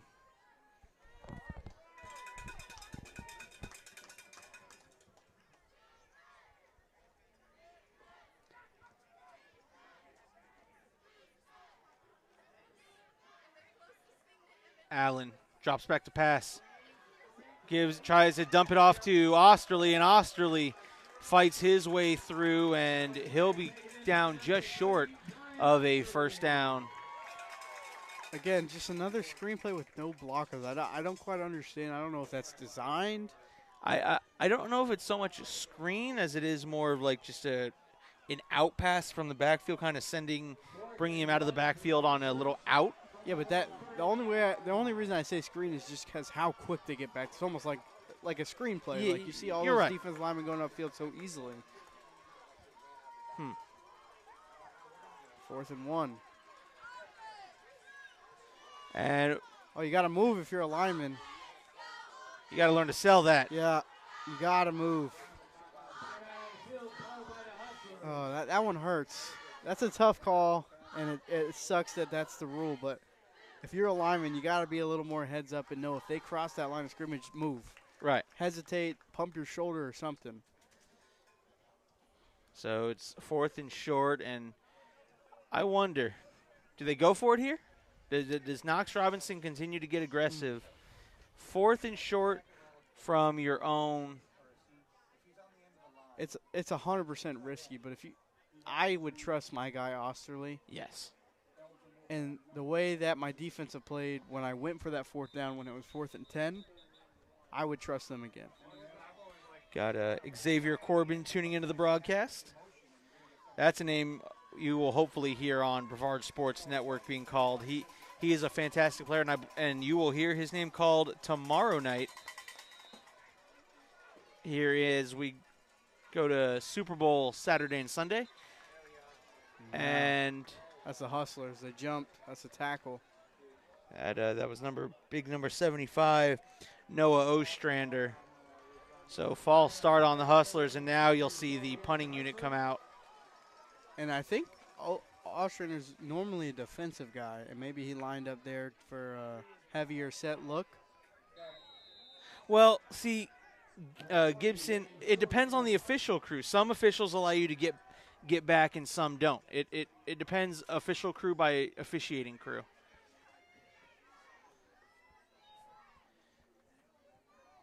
There's a little line drive punt. Takes a bounce at the 35 and will drop at about the 36-yard line. It was down there, I believe, by Hernandez, number 2. Hernandez has both touchdown receptions for the Hustlers. And now comes that offense for the Celtics, who, again, are a couple dropped touchdowns away from being up way more going into halftime. Wright gives off to Holder. Holder cuts upfield. He finds a massive hole and eventually tripped up and finally brought down inside Hustler territory, just shy of the 45. Yeah, and again, for those of you just joining us, Holder is not there just through the 10 games that the stats have been taken. Holder has 10 carries throughout those whole 10 games. So the fact that we're seeing him probably over 10 carries now so far in this game alone. I would say he's probably at about the 14, 15 mark now. Is just pretty incredible, and the fact that he's running the ball so effectively. And they'll give off to Holder again. Holder once again sliding his way through the defense, still on his feet, using a blocker, spinning out of a tackle, and down to about, believe the 15, and there's another flag. I think that they might have got a helmet-to-helmet there. I don't know. That flag came late for a helmet-to-helmet. I think this one might be a personal foul. While the referees are discussing this, shout out to number 77, that guard or tackle, Jarek G. Gordon for the Celtics. Just bowling over two guys and clearing that gap and sealing off that C gap for Holder to run through there. And personal foul called on the Hustlers. So that's a half the distance penalty.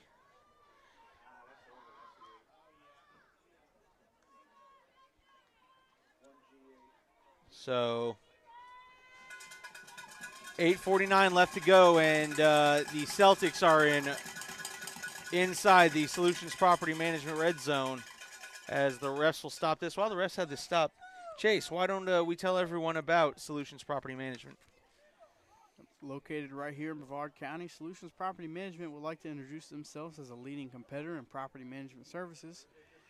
They have property managers that have over 16 years of experience in this specialized field. Solutions Property Management maintains a disciplined relationship with their current tenants. However, they understand that prompt service with compassion is also necessary to retain a healthy tenancy. All right. Information at the bottom of your screen. Right.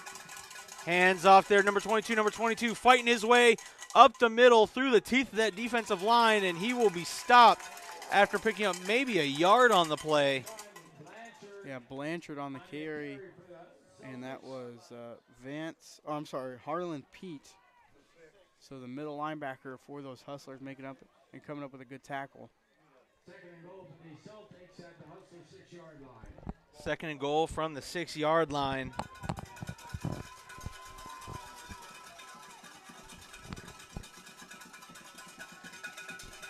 And right. Oh, no. Ball's on the ground. Did the Hustlers jump on it?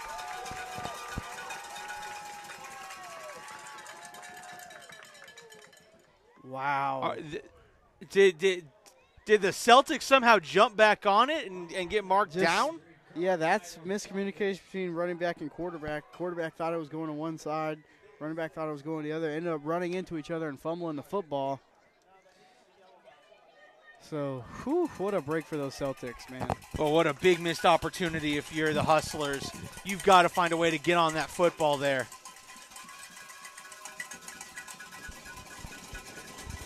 Third and goal from the 8. Play action, fires, overshoots his receiver. I believe that was number 15 or number 45. On the intended receiver, that's Zach Johnson, another defensive lineman. Yeah, but how about Javion Cooper getting in there? It almost looked like he tipped the ball or hit the arm of Wright and affected that pass. So Javion Cooper, the reach and the length of him affecting that pass comes up big for the Hustlers here. So 4th and goal from the 8, and they're going to kick the field goal here.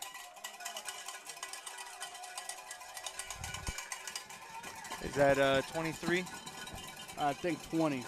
Number 20, Cooper Baddock. Snap is high, kick is up. Blocked it. And wow. Someone got a hand on it. I didn't see who. I believe it was number 6, Ezra Engel. Shot out of a cannon on the outside there. Ezra Engel just gets just enough on it to knock it no good, and a great defensive stand there by the Hustlers. I mean, that's huge. Going down 2 scores to a team like the Celtics are, it's man, what a stand by that defense. So now they'll get it 1st and 10 from about the 20 or the 10. Anyway, that was a handoff, and Osterley took 2 shots there at the end of that run. And that was Jeremiah Rem, and the one who laid the big hit was Jacob Dyer. So 2nd and 7.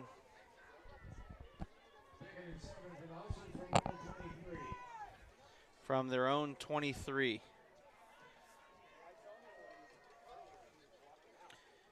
And there's a handoff to Oshley trying to get him to go up the middle, and He'll get another couple of yards. It's going to bring up 3rd down, and we'll call it 3rd and 6. Yeah, and if they don't make this a 4th and 1, you got to punt in this territory. You still have plenty of time, down by one score, 6 minutes to go. So you're aiming right at that line to gain for the 1st down if you're the Hustlers here.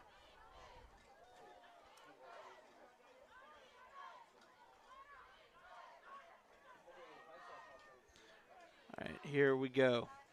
3rd and 6. Allen drops back. He's going to take a shot. He's got Hernandez. And did he stay in? No, they're saying he caught it out of bounds.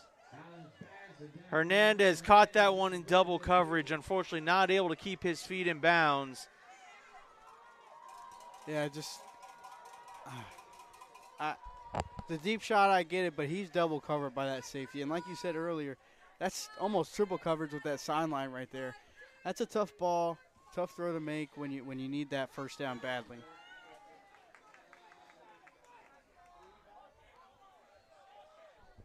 So now they're going for it, 4th and about 6. I think they're set to punt. Oh, hi.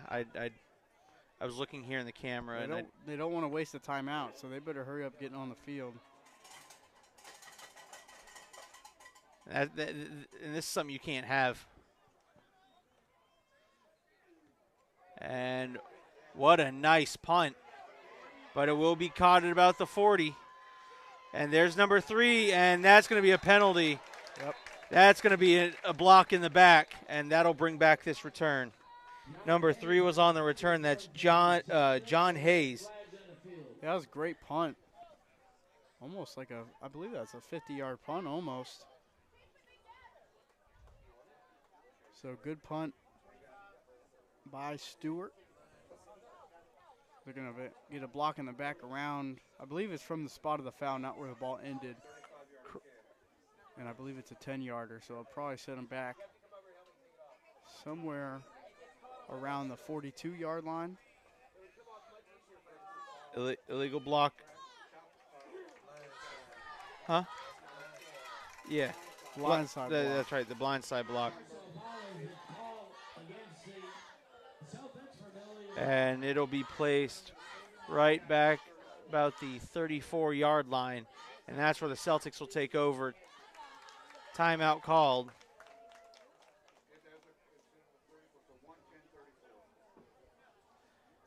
First and 10 from the 34. 5:30 left to go here in the 3rd quarter.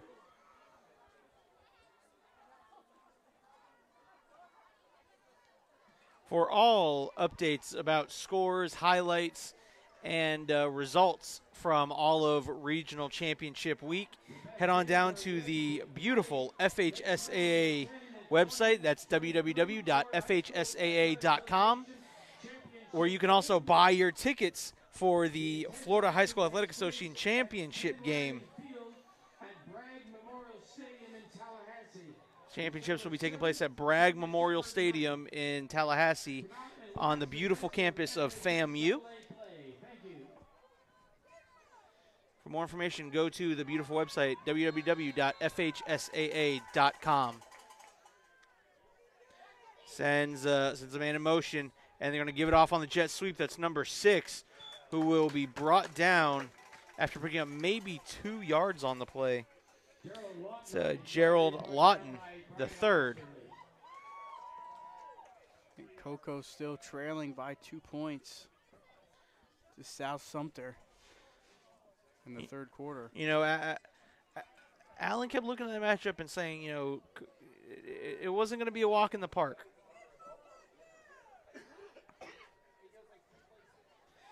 And right over the middle. And that's incomplete.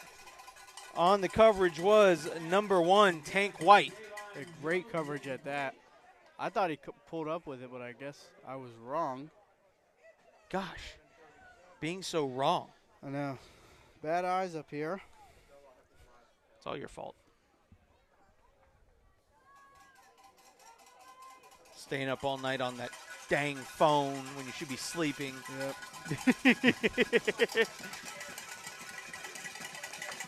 3rd and 7. Wright drops back over the middle again. He's got himself an open receiver. That's going to be a first down and then some.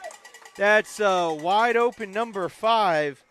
That's Davin Jones. Yeah, that was Farmer's zone because he hesitated to go to that ball. He looked to the back and realized somebody was already in that zone, and he was too late to come up to make that play. So now they're in Hustler territory, and they give it off to Holder. Holder slips a tackle, but brought down by the second tackler. That was number 5, Tanner Campbell. And Noah Ostrander was the first to make contact with him.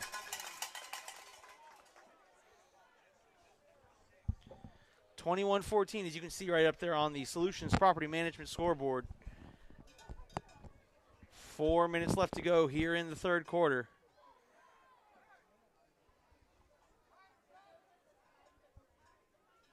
That's the first run I think we've seen today by the Celtics that hasn't gone anywhere. You're absolutely right. And they're going to give it to Holder. And Ostrander was the first to make contact back there. Ostrander led the charge, followed up by multiple other Hustlers. Yeah, Manyard was also one on there, Christian Manyard. As I say that, they go backwards. So it's 3rd and 17, sitting at about the 49-yard line.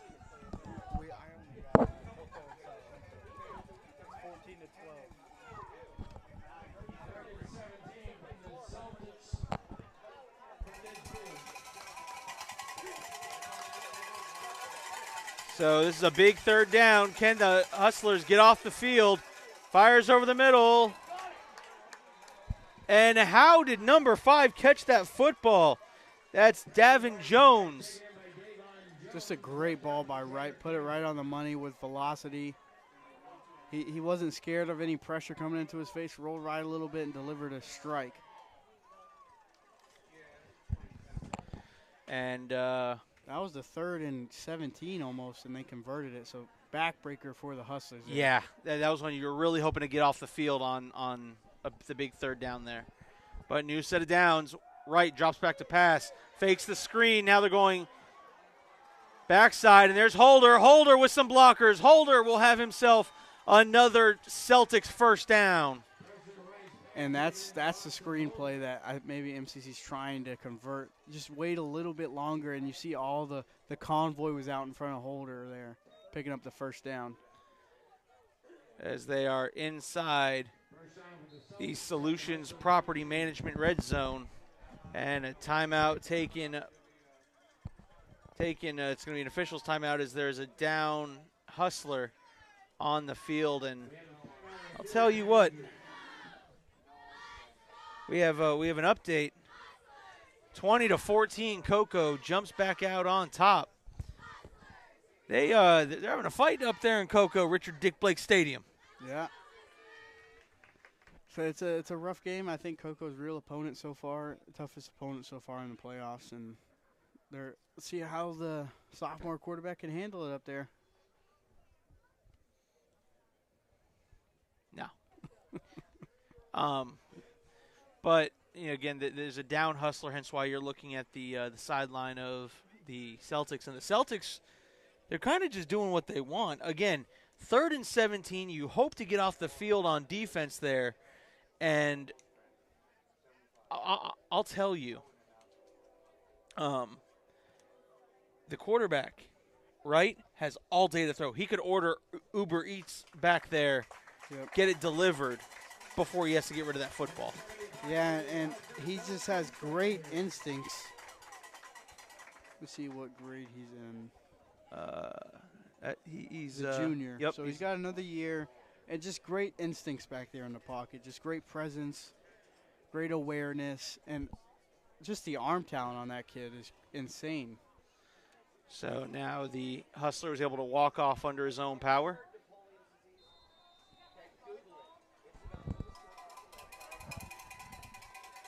First and 10 from inside the Solutions Property Management red zone. Wright rolling. And he will be contained and sacked in the backfield Number 70, the first one back there to get hands on him. That's Javion Cooper.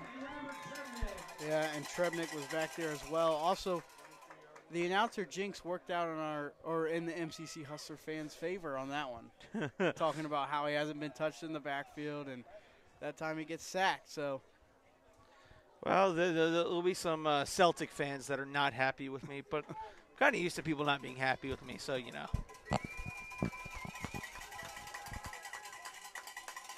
Right now, hands off to Holder.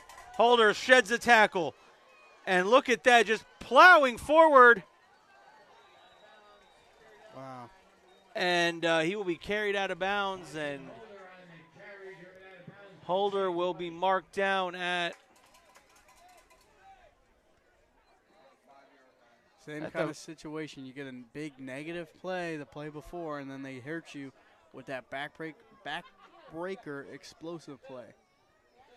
So not first and 10, it's marked down at the 5. It's 3rd and short. Third and 2. From the 5. Holder makes a man miss and fights his way forward. And there is laundry after the play. I believe that the touchdown will probably stand. So touchdown, Celtics. But there was a flag on the play. It looked like some extracurricular finishing the block. Yeah, 2, maybe 3 other officials threw the flag at the same time. So,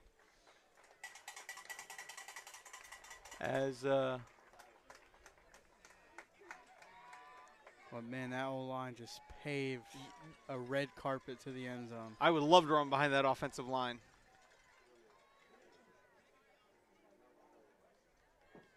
All right, so they're going to they asked coach if they want to enforce it on the extra point or the kickoff. All right, so the touchdown will stand. Touchdown, Celtics. And they're going to enforce it on the kickoff, not the extra point. So touchdown, Celtics.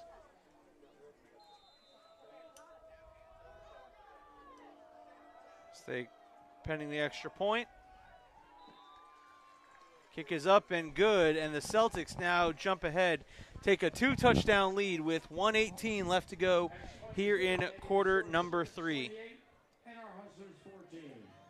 MCC is in desperate need of a score. If they cannot score on this drive, it's going to be a tough road back. And I mean, look, it's been a combination. I believe we've seen 2 rushing touchdowns, 2 passing touchdowns for the Celtics. I mean, look, Chase, this team is so far been exactly how we described them. There's no one breakout star. Everybody's, contributing. Everybody's doing what they need to do. Now, if you had to put a star on a team, it would be the Holder.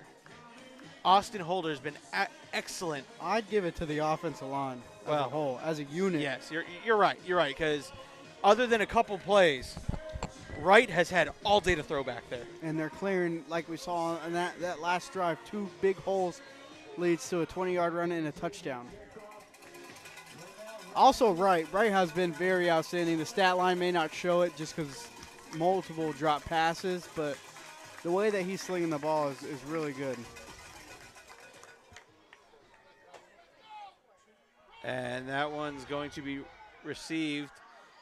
Comes to the near side, and that ball was kind of loose. Hernandez gets wrapped up by multiple Celtics there in the backfield. Yeah, again, it's almost like he just stopped.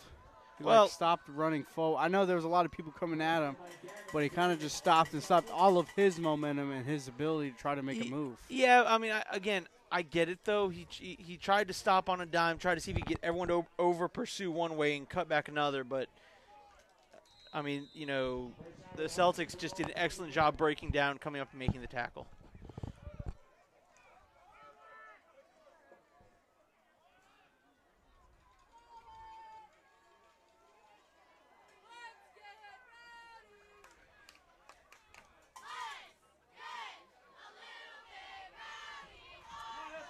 And so now we'll see Allen right here. Allen, what in the world kind of trick play was that? And it's caught! It's caught! Number 7, Justin Woolard. He really sold that play. He does a great job of selling that play action. And what did I say? If you run that little motion and you run the play action on the motion, that safety's going to bite. And he was wide open. There was just a safety on the other side of the field. And great throw and catch there by Woolard and Allen. And that needs to be the spark. Everyone needs to get their heads back in it. 42 seconds left here in the third. Osterley will get wrapped up, and there was number 8 back there. Luke Rundle. Hold on. Luke.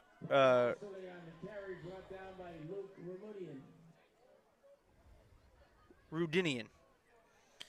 The junior defensive back. 16 seconds left to go here in the third. Allen. Are they going to snap it? Yes, they will. Drops back to pass. Fires back down that sideline, and it's caught.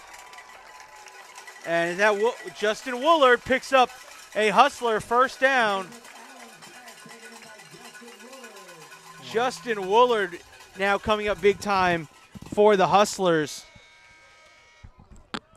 And that will be the end of the third quarter with your score, 28-14. But right now the Hustlers driving their way back down the field. Folks, don't go anywhere. You don't want to miss the action right here on the Brevard Sports Network.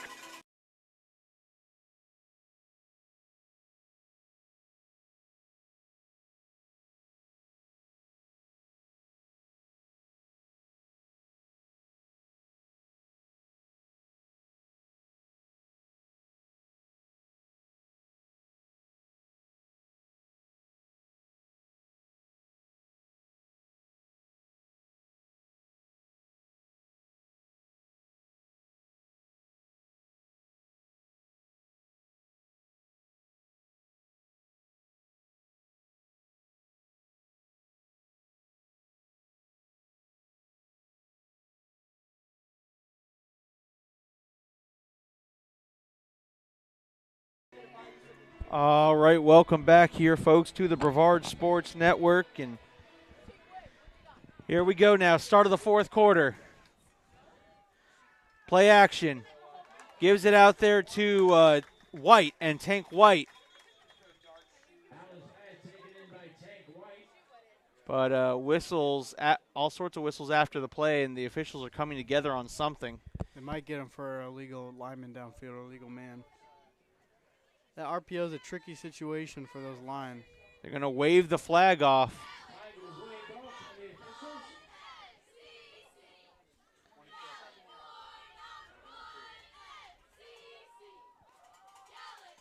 But that play gained no yards on the play. Okay, no. Yeah, I was going to say. I was like, wait a minute. All right, so gained about 4 yards on the play. 2nd and 6. Allen with the pass, and he was trying to hit Hernandez. And you see Osterley kind of just shrugging his shoulders a little bit. He handed that off. He had a crease there. And I understand the frustration for Osterley. And I also understand the decision-making of Allen at the same time. But, throwing into that double coverage, I get it. Hernandez has been your guy today. Yeah, and you're antsy down by 2. You want to get the big play touchdown. Oh, yeah. You got to trust your guy, especially when you have a guy like that. 3rd down. Allen makes a couple men miss, tries to throw a stiff arm, and he'll be brought down, but great second effort there. Looked like the official was playing reach for the flag, but decided not to throw it almost. And 100% 4-down territory here. I mean, you had it right. 11:39. Field goal really, honestly, does you really no good. Still a 2-possession game regardless of a field goal.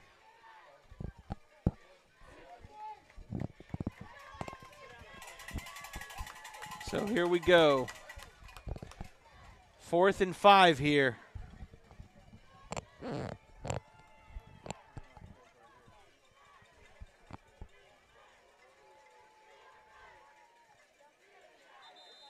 And I think they're taking a timeout. They want to talk about it. Coach Knox Robinson did not like the response he was getting from his quarterback there. Yeah, and this is a huge play, so the timeout's fully understandable. You want to make sure you get this play call right, but at the same time, you don't want to overthink it. Don't want to try to get too fancy with it. You just want to get that first down. 5 yards, 4th and 5. And you're right. I like the timeout here because this is important right here. This is where you turn around and I don't know. The game's not over after this, but it almost feels like a win or lose situation. Yeah, 100%. I don't know what you call here. I mean, do you give it to Osterley? Osterley has not had much success. It's tough. It's a tough call. Do you want to put an RPO in the arms that you want to put in the hands of your quarterback?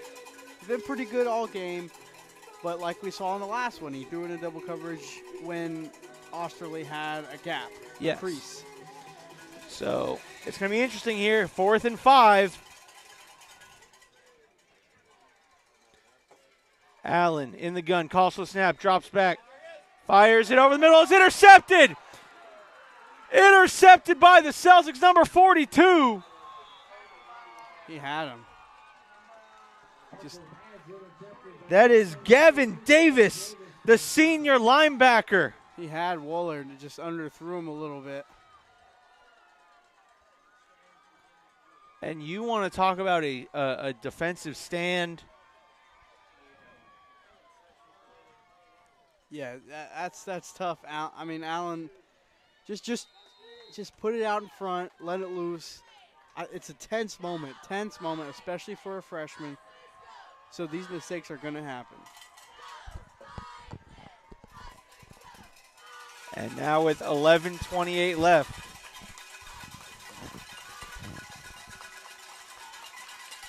Here come the Celtics. Wright sends the man in motion. He's going to give it to number 6. Number 6 around the outside, cuts up inside.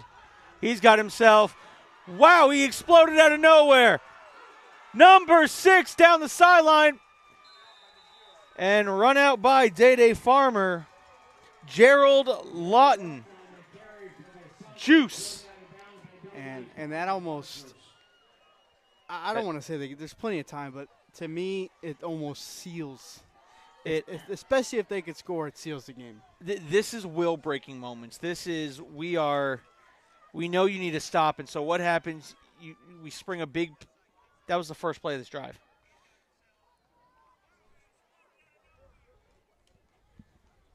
Just a tough break.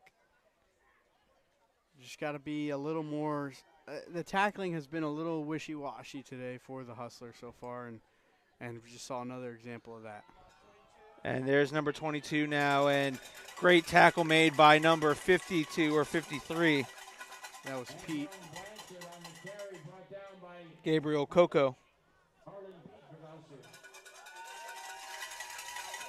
And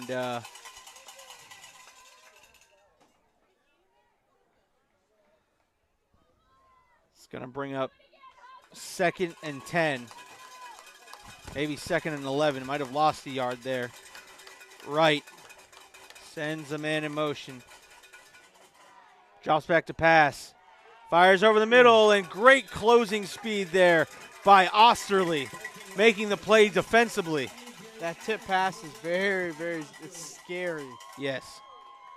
So, again, just got lucky with that way that ball bounced off the hands there.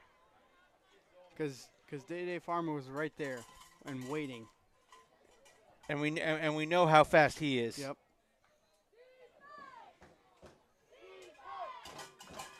Osterley not only running the ball, that's like, I believe it's his 3rd pass breakup, and just great angles and awareness to the football. 3rd down, right. He carried out his fake. He had me fake for a second, but he handed off. Was that Holder? Yeah, I believe it was Holder. Austin Holder on the carry very short gain on the play. Holder gets a short gain, and it's going to be Tanner Campbell, fourth. Brevard County. They're going to send the field goal unit out. This is a big field goal here. 4th and 8, and Chase, you're absolutely right. Because it would make it 3 possessions. This does make it a 3-possession game. And it's almost, I believe it's a 38-yard field goal.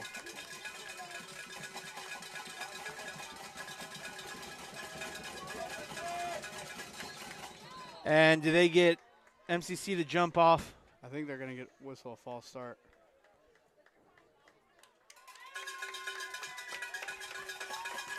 Ah, come on. That brings them back 5 yards. Yeah, it will. So that's another huge, huge play. Now, I take that back. It was a 32-yarder. Now it's a 38-yard. So near 40-yard field goal here. Kick is up. And good. That was good from 45. Easy. So the Celtics put another score on the board. It may only be 3, but that makes it a 3-possession game. And if you're MCC, you got to kick it in high gear. You got to score in maybe 5 plays at max. And you got to at least score in under 2 minutes. Yes. If you want a chance at this.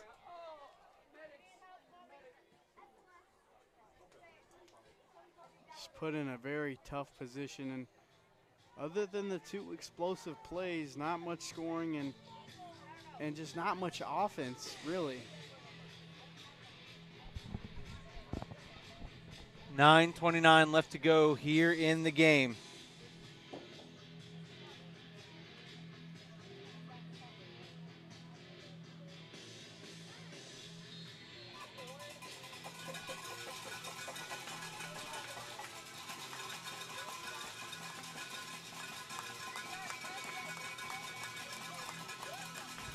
The MCC faithful not out of it yet. They're still behind their boys.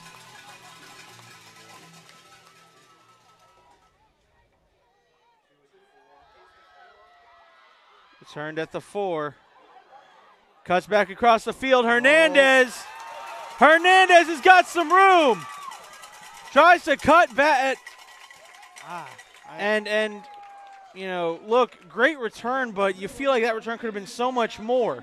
He could have got that to the 50 if he, at the least, to the 50-yard line.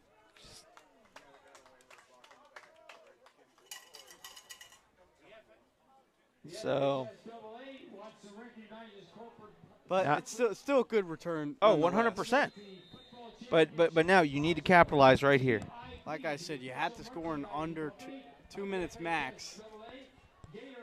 I say you could give 3. The way that the Celtics run that offense and the way that they run that power football, it's going to be tough. And them already burning a timeout. Yeah. The official online partner of the FHSAA and Wilson, provider of the official game.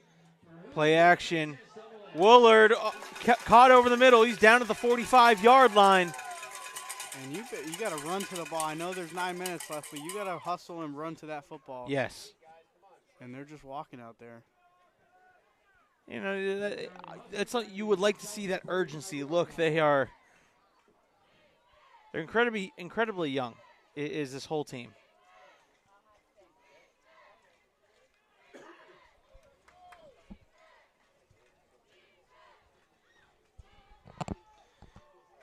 Allen, play action, and he's going to keep it himself. Allen trying to make something happen. He's going to take a hit, and I mean, I get it. You want to try to provide some sort of spark.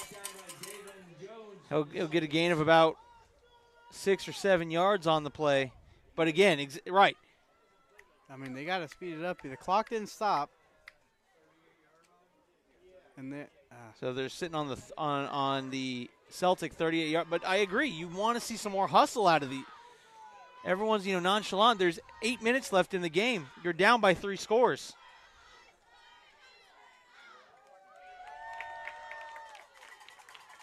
Play action, taking a shot, and White not able to come down with it. That throw maybe a little wide. Yeah, try to do that little back shoulder just too far and out of bounds too high. And if it was catchable, it almost looked like an offensive pass interference up here. Cocoa up 27-14 in the third quarter. They got it into gear.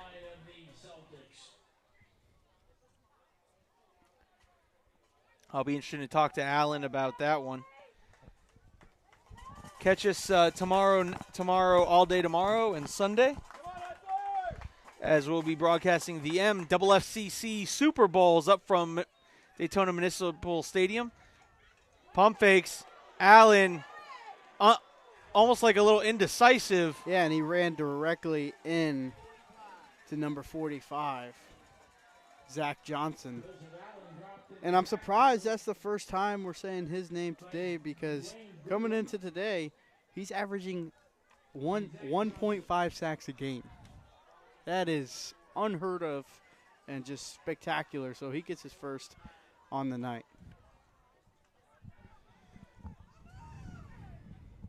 Again, it's fourth down.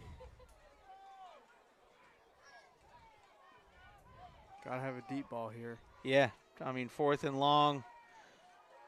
Allen steps up, fires. He's overthrows everybody on the field. Just miscommunication. I think he was trying to throw to a spot. I think someone was supposed to be there, and he was just turnover on downs. 7 minutes left to go. 7:07. Down by 3 scores, and unless this defense can come up with a turnover or yeah, score. They're not out of it. That feasibly you could make a comeback. There's a low possibility. But you're saying there's a chance. There's always a chance.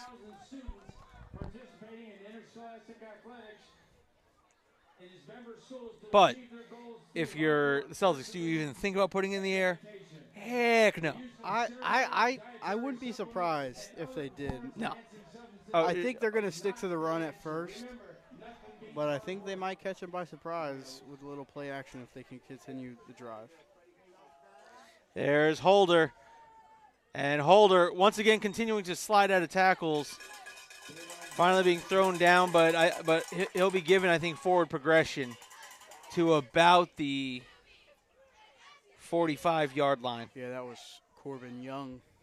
Oh, Corbin Young. Okay, so they're getting some of the younger guys off the bench. Oh, no, Corbin Young on the tackle. Sorry.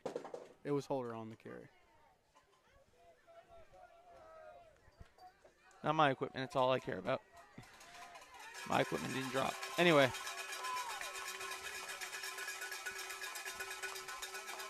And he'll hand it off there, number 22, barreling his way through that through the defense, and will be stopped just short of a first down, probably bringing up third down and about 2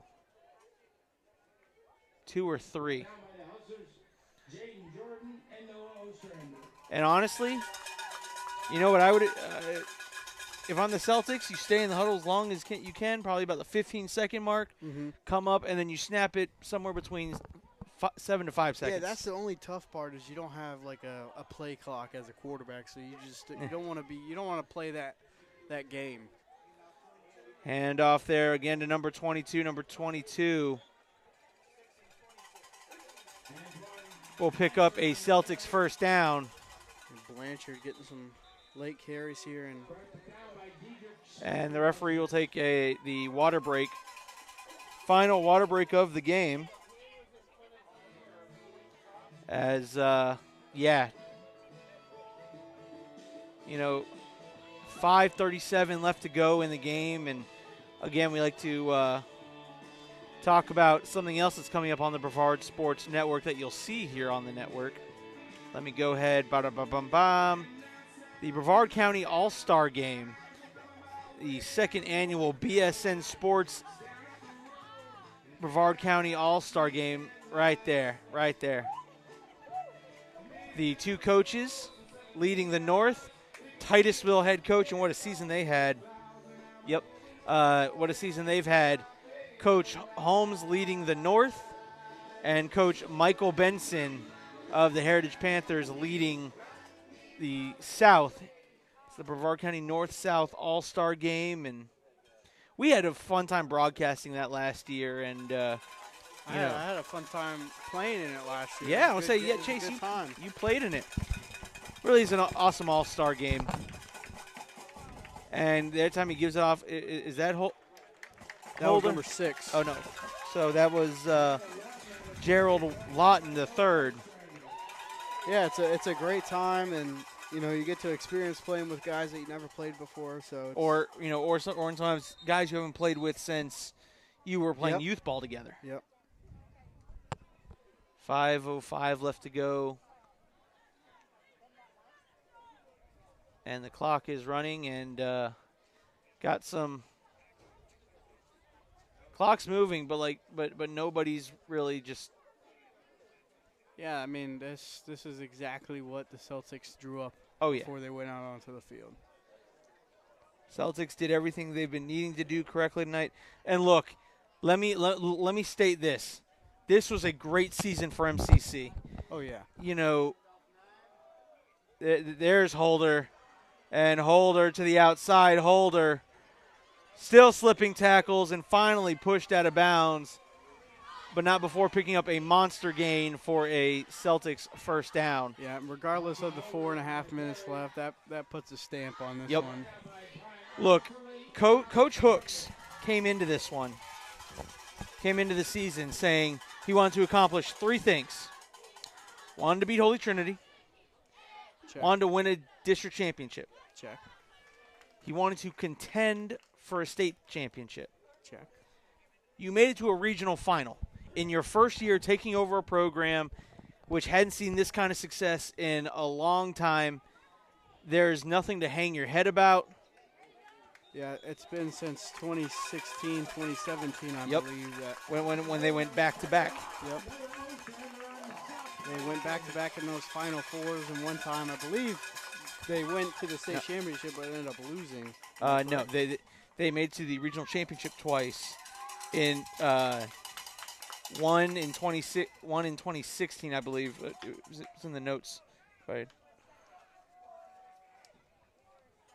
But the time they won, they beat Clearwater Central Catholic in a 9-overtime game. And that was one Alan got a chance to see live. It's a long night. Yeah.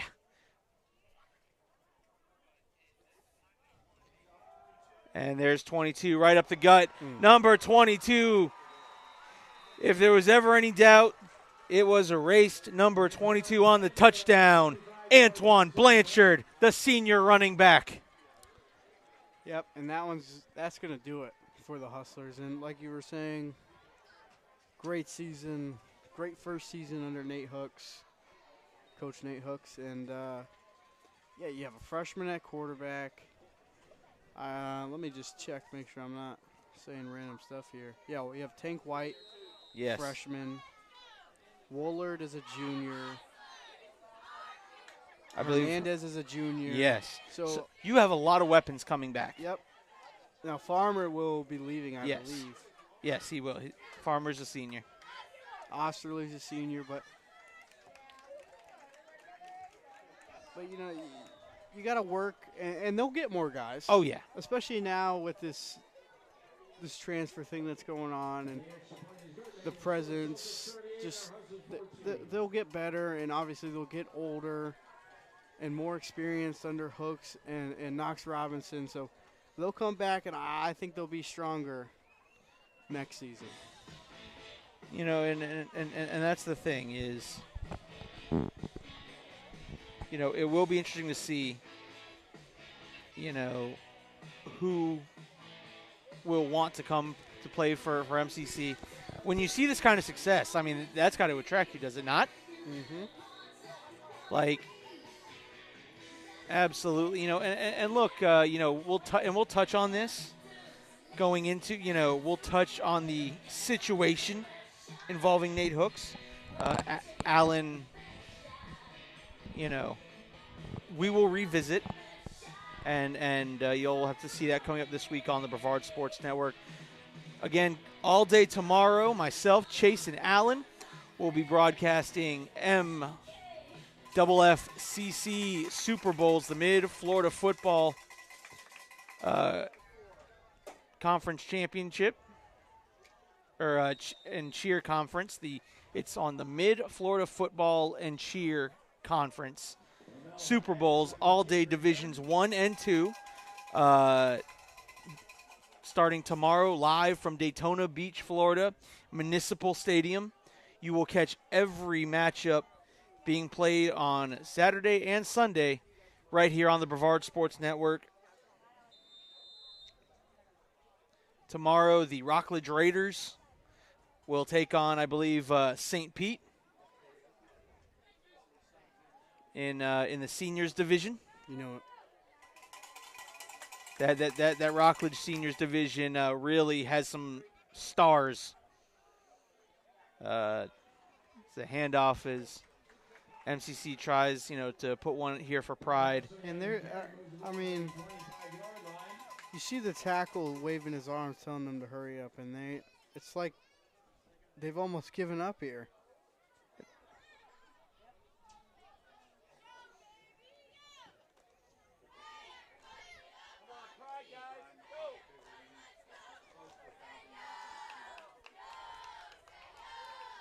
2 minutes 40. Allen fires to the outside, caught. And there's another. Oh, he's not down yet. Down. And there's number 1. That's Tank White, a freshman receiver.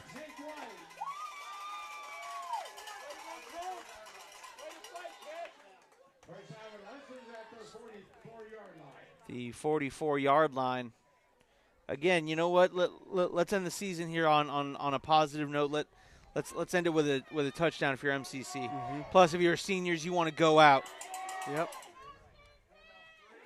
And Osterley will be wrestled down. And I don't know what Osterley, I don't know what kind of offers or interest he has. I would assume it would be something. Any coach would be happy to have a guy like Osterley, just tough. So I'll tell you a quick story here about Osterley. Osterley started the year as the scout team running back. Coach Hooks and the coaching staff had him as the scout team running back. Wow. Going into week 1. He torched the defense in practice so bad that coach said, he's now our starter. And the rest, as they say, is history. I didn't know that. That's pretty. We were told that story yesterday at the Thanksgiving practice report. Pretty impressive. Yes. I mean, so any coach out there that you want a workhorse, you want a guy who's always going to fight for his spot, that is the definition of that. Yep. Yeah, this whole team needs to be looked at, and obviously Yes. they will. There are a lot of attention, a lot of flash, but it's not just the flash; it's the heart and the effort that this team has. Allen drops back. Allen fires, and that one's incomplete.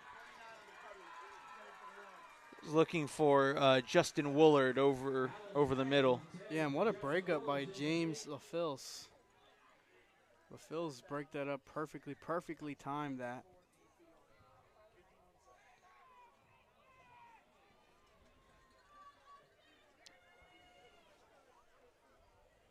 That's 4th down, I think, right? No, this is This is 4th down right here. yeah, this is 4th. 51 seconds. Allen, play action. Rolls away from pressure. Fires, and it's completed. I think forward progress. Yep, forward progress is going to get him a first down for the Hustlers. Caden Kelly, number 4. What a catch made there by Kelly. 1st and 10 from the 44. Yeah, and just looking at the grades, like a lot of juniors on this team, so this team is going to be a force to be reckoned with next year. So, Allen, play action, fires near side. There's Hernandez. Hernandez makes a man miss, and tackled 13 seconds left. Are they going to try to get another playoff? Might as well. 3. 2. And a final snap. Caught by Hernandez. Hernandez will be tackled. And that will do it, folks. Moving on to the Final Four will be the Trinity Catholic Celtics. Congratulations to the Celtics on advancing to the 1S Final Four. And for the MCC Hustlers, what a season it's been. It's been fun to follow them from both afar, and we've seen a couple games up close. It was a really fun, again, I'd like to thank Solutions Property Management. Information is at the bottom of your screen. And safe ride, safe trip, safe travels to the Celtics as they head on back to Ocala. Also, be extra careful in our parking lot. It's not lit as well as it should be. And, folks, that's going to wrap it up for myself and Chase Alexander. The Cocoa Tigers currently lead. Head on over to that broadcast, find out how that one's going to end. So, for Athletic Director of Melbourne Central John Michael Thistle, for Chase, for Coach Hooks, I'm Caleb Brown. Thank you for watching the Class 1S Regional Final right here on the Brevard Sports Network. We'll see you tomorrow for MFFCC Super Bowl action, starting bright and early. First snap, 8 o'clock in the morning is your first kickoff with 6U. Have a great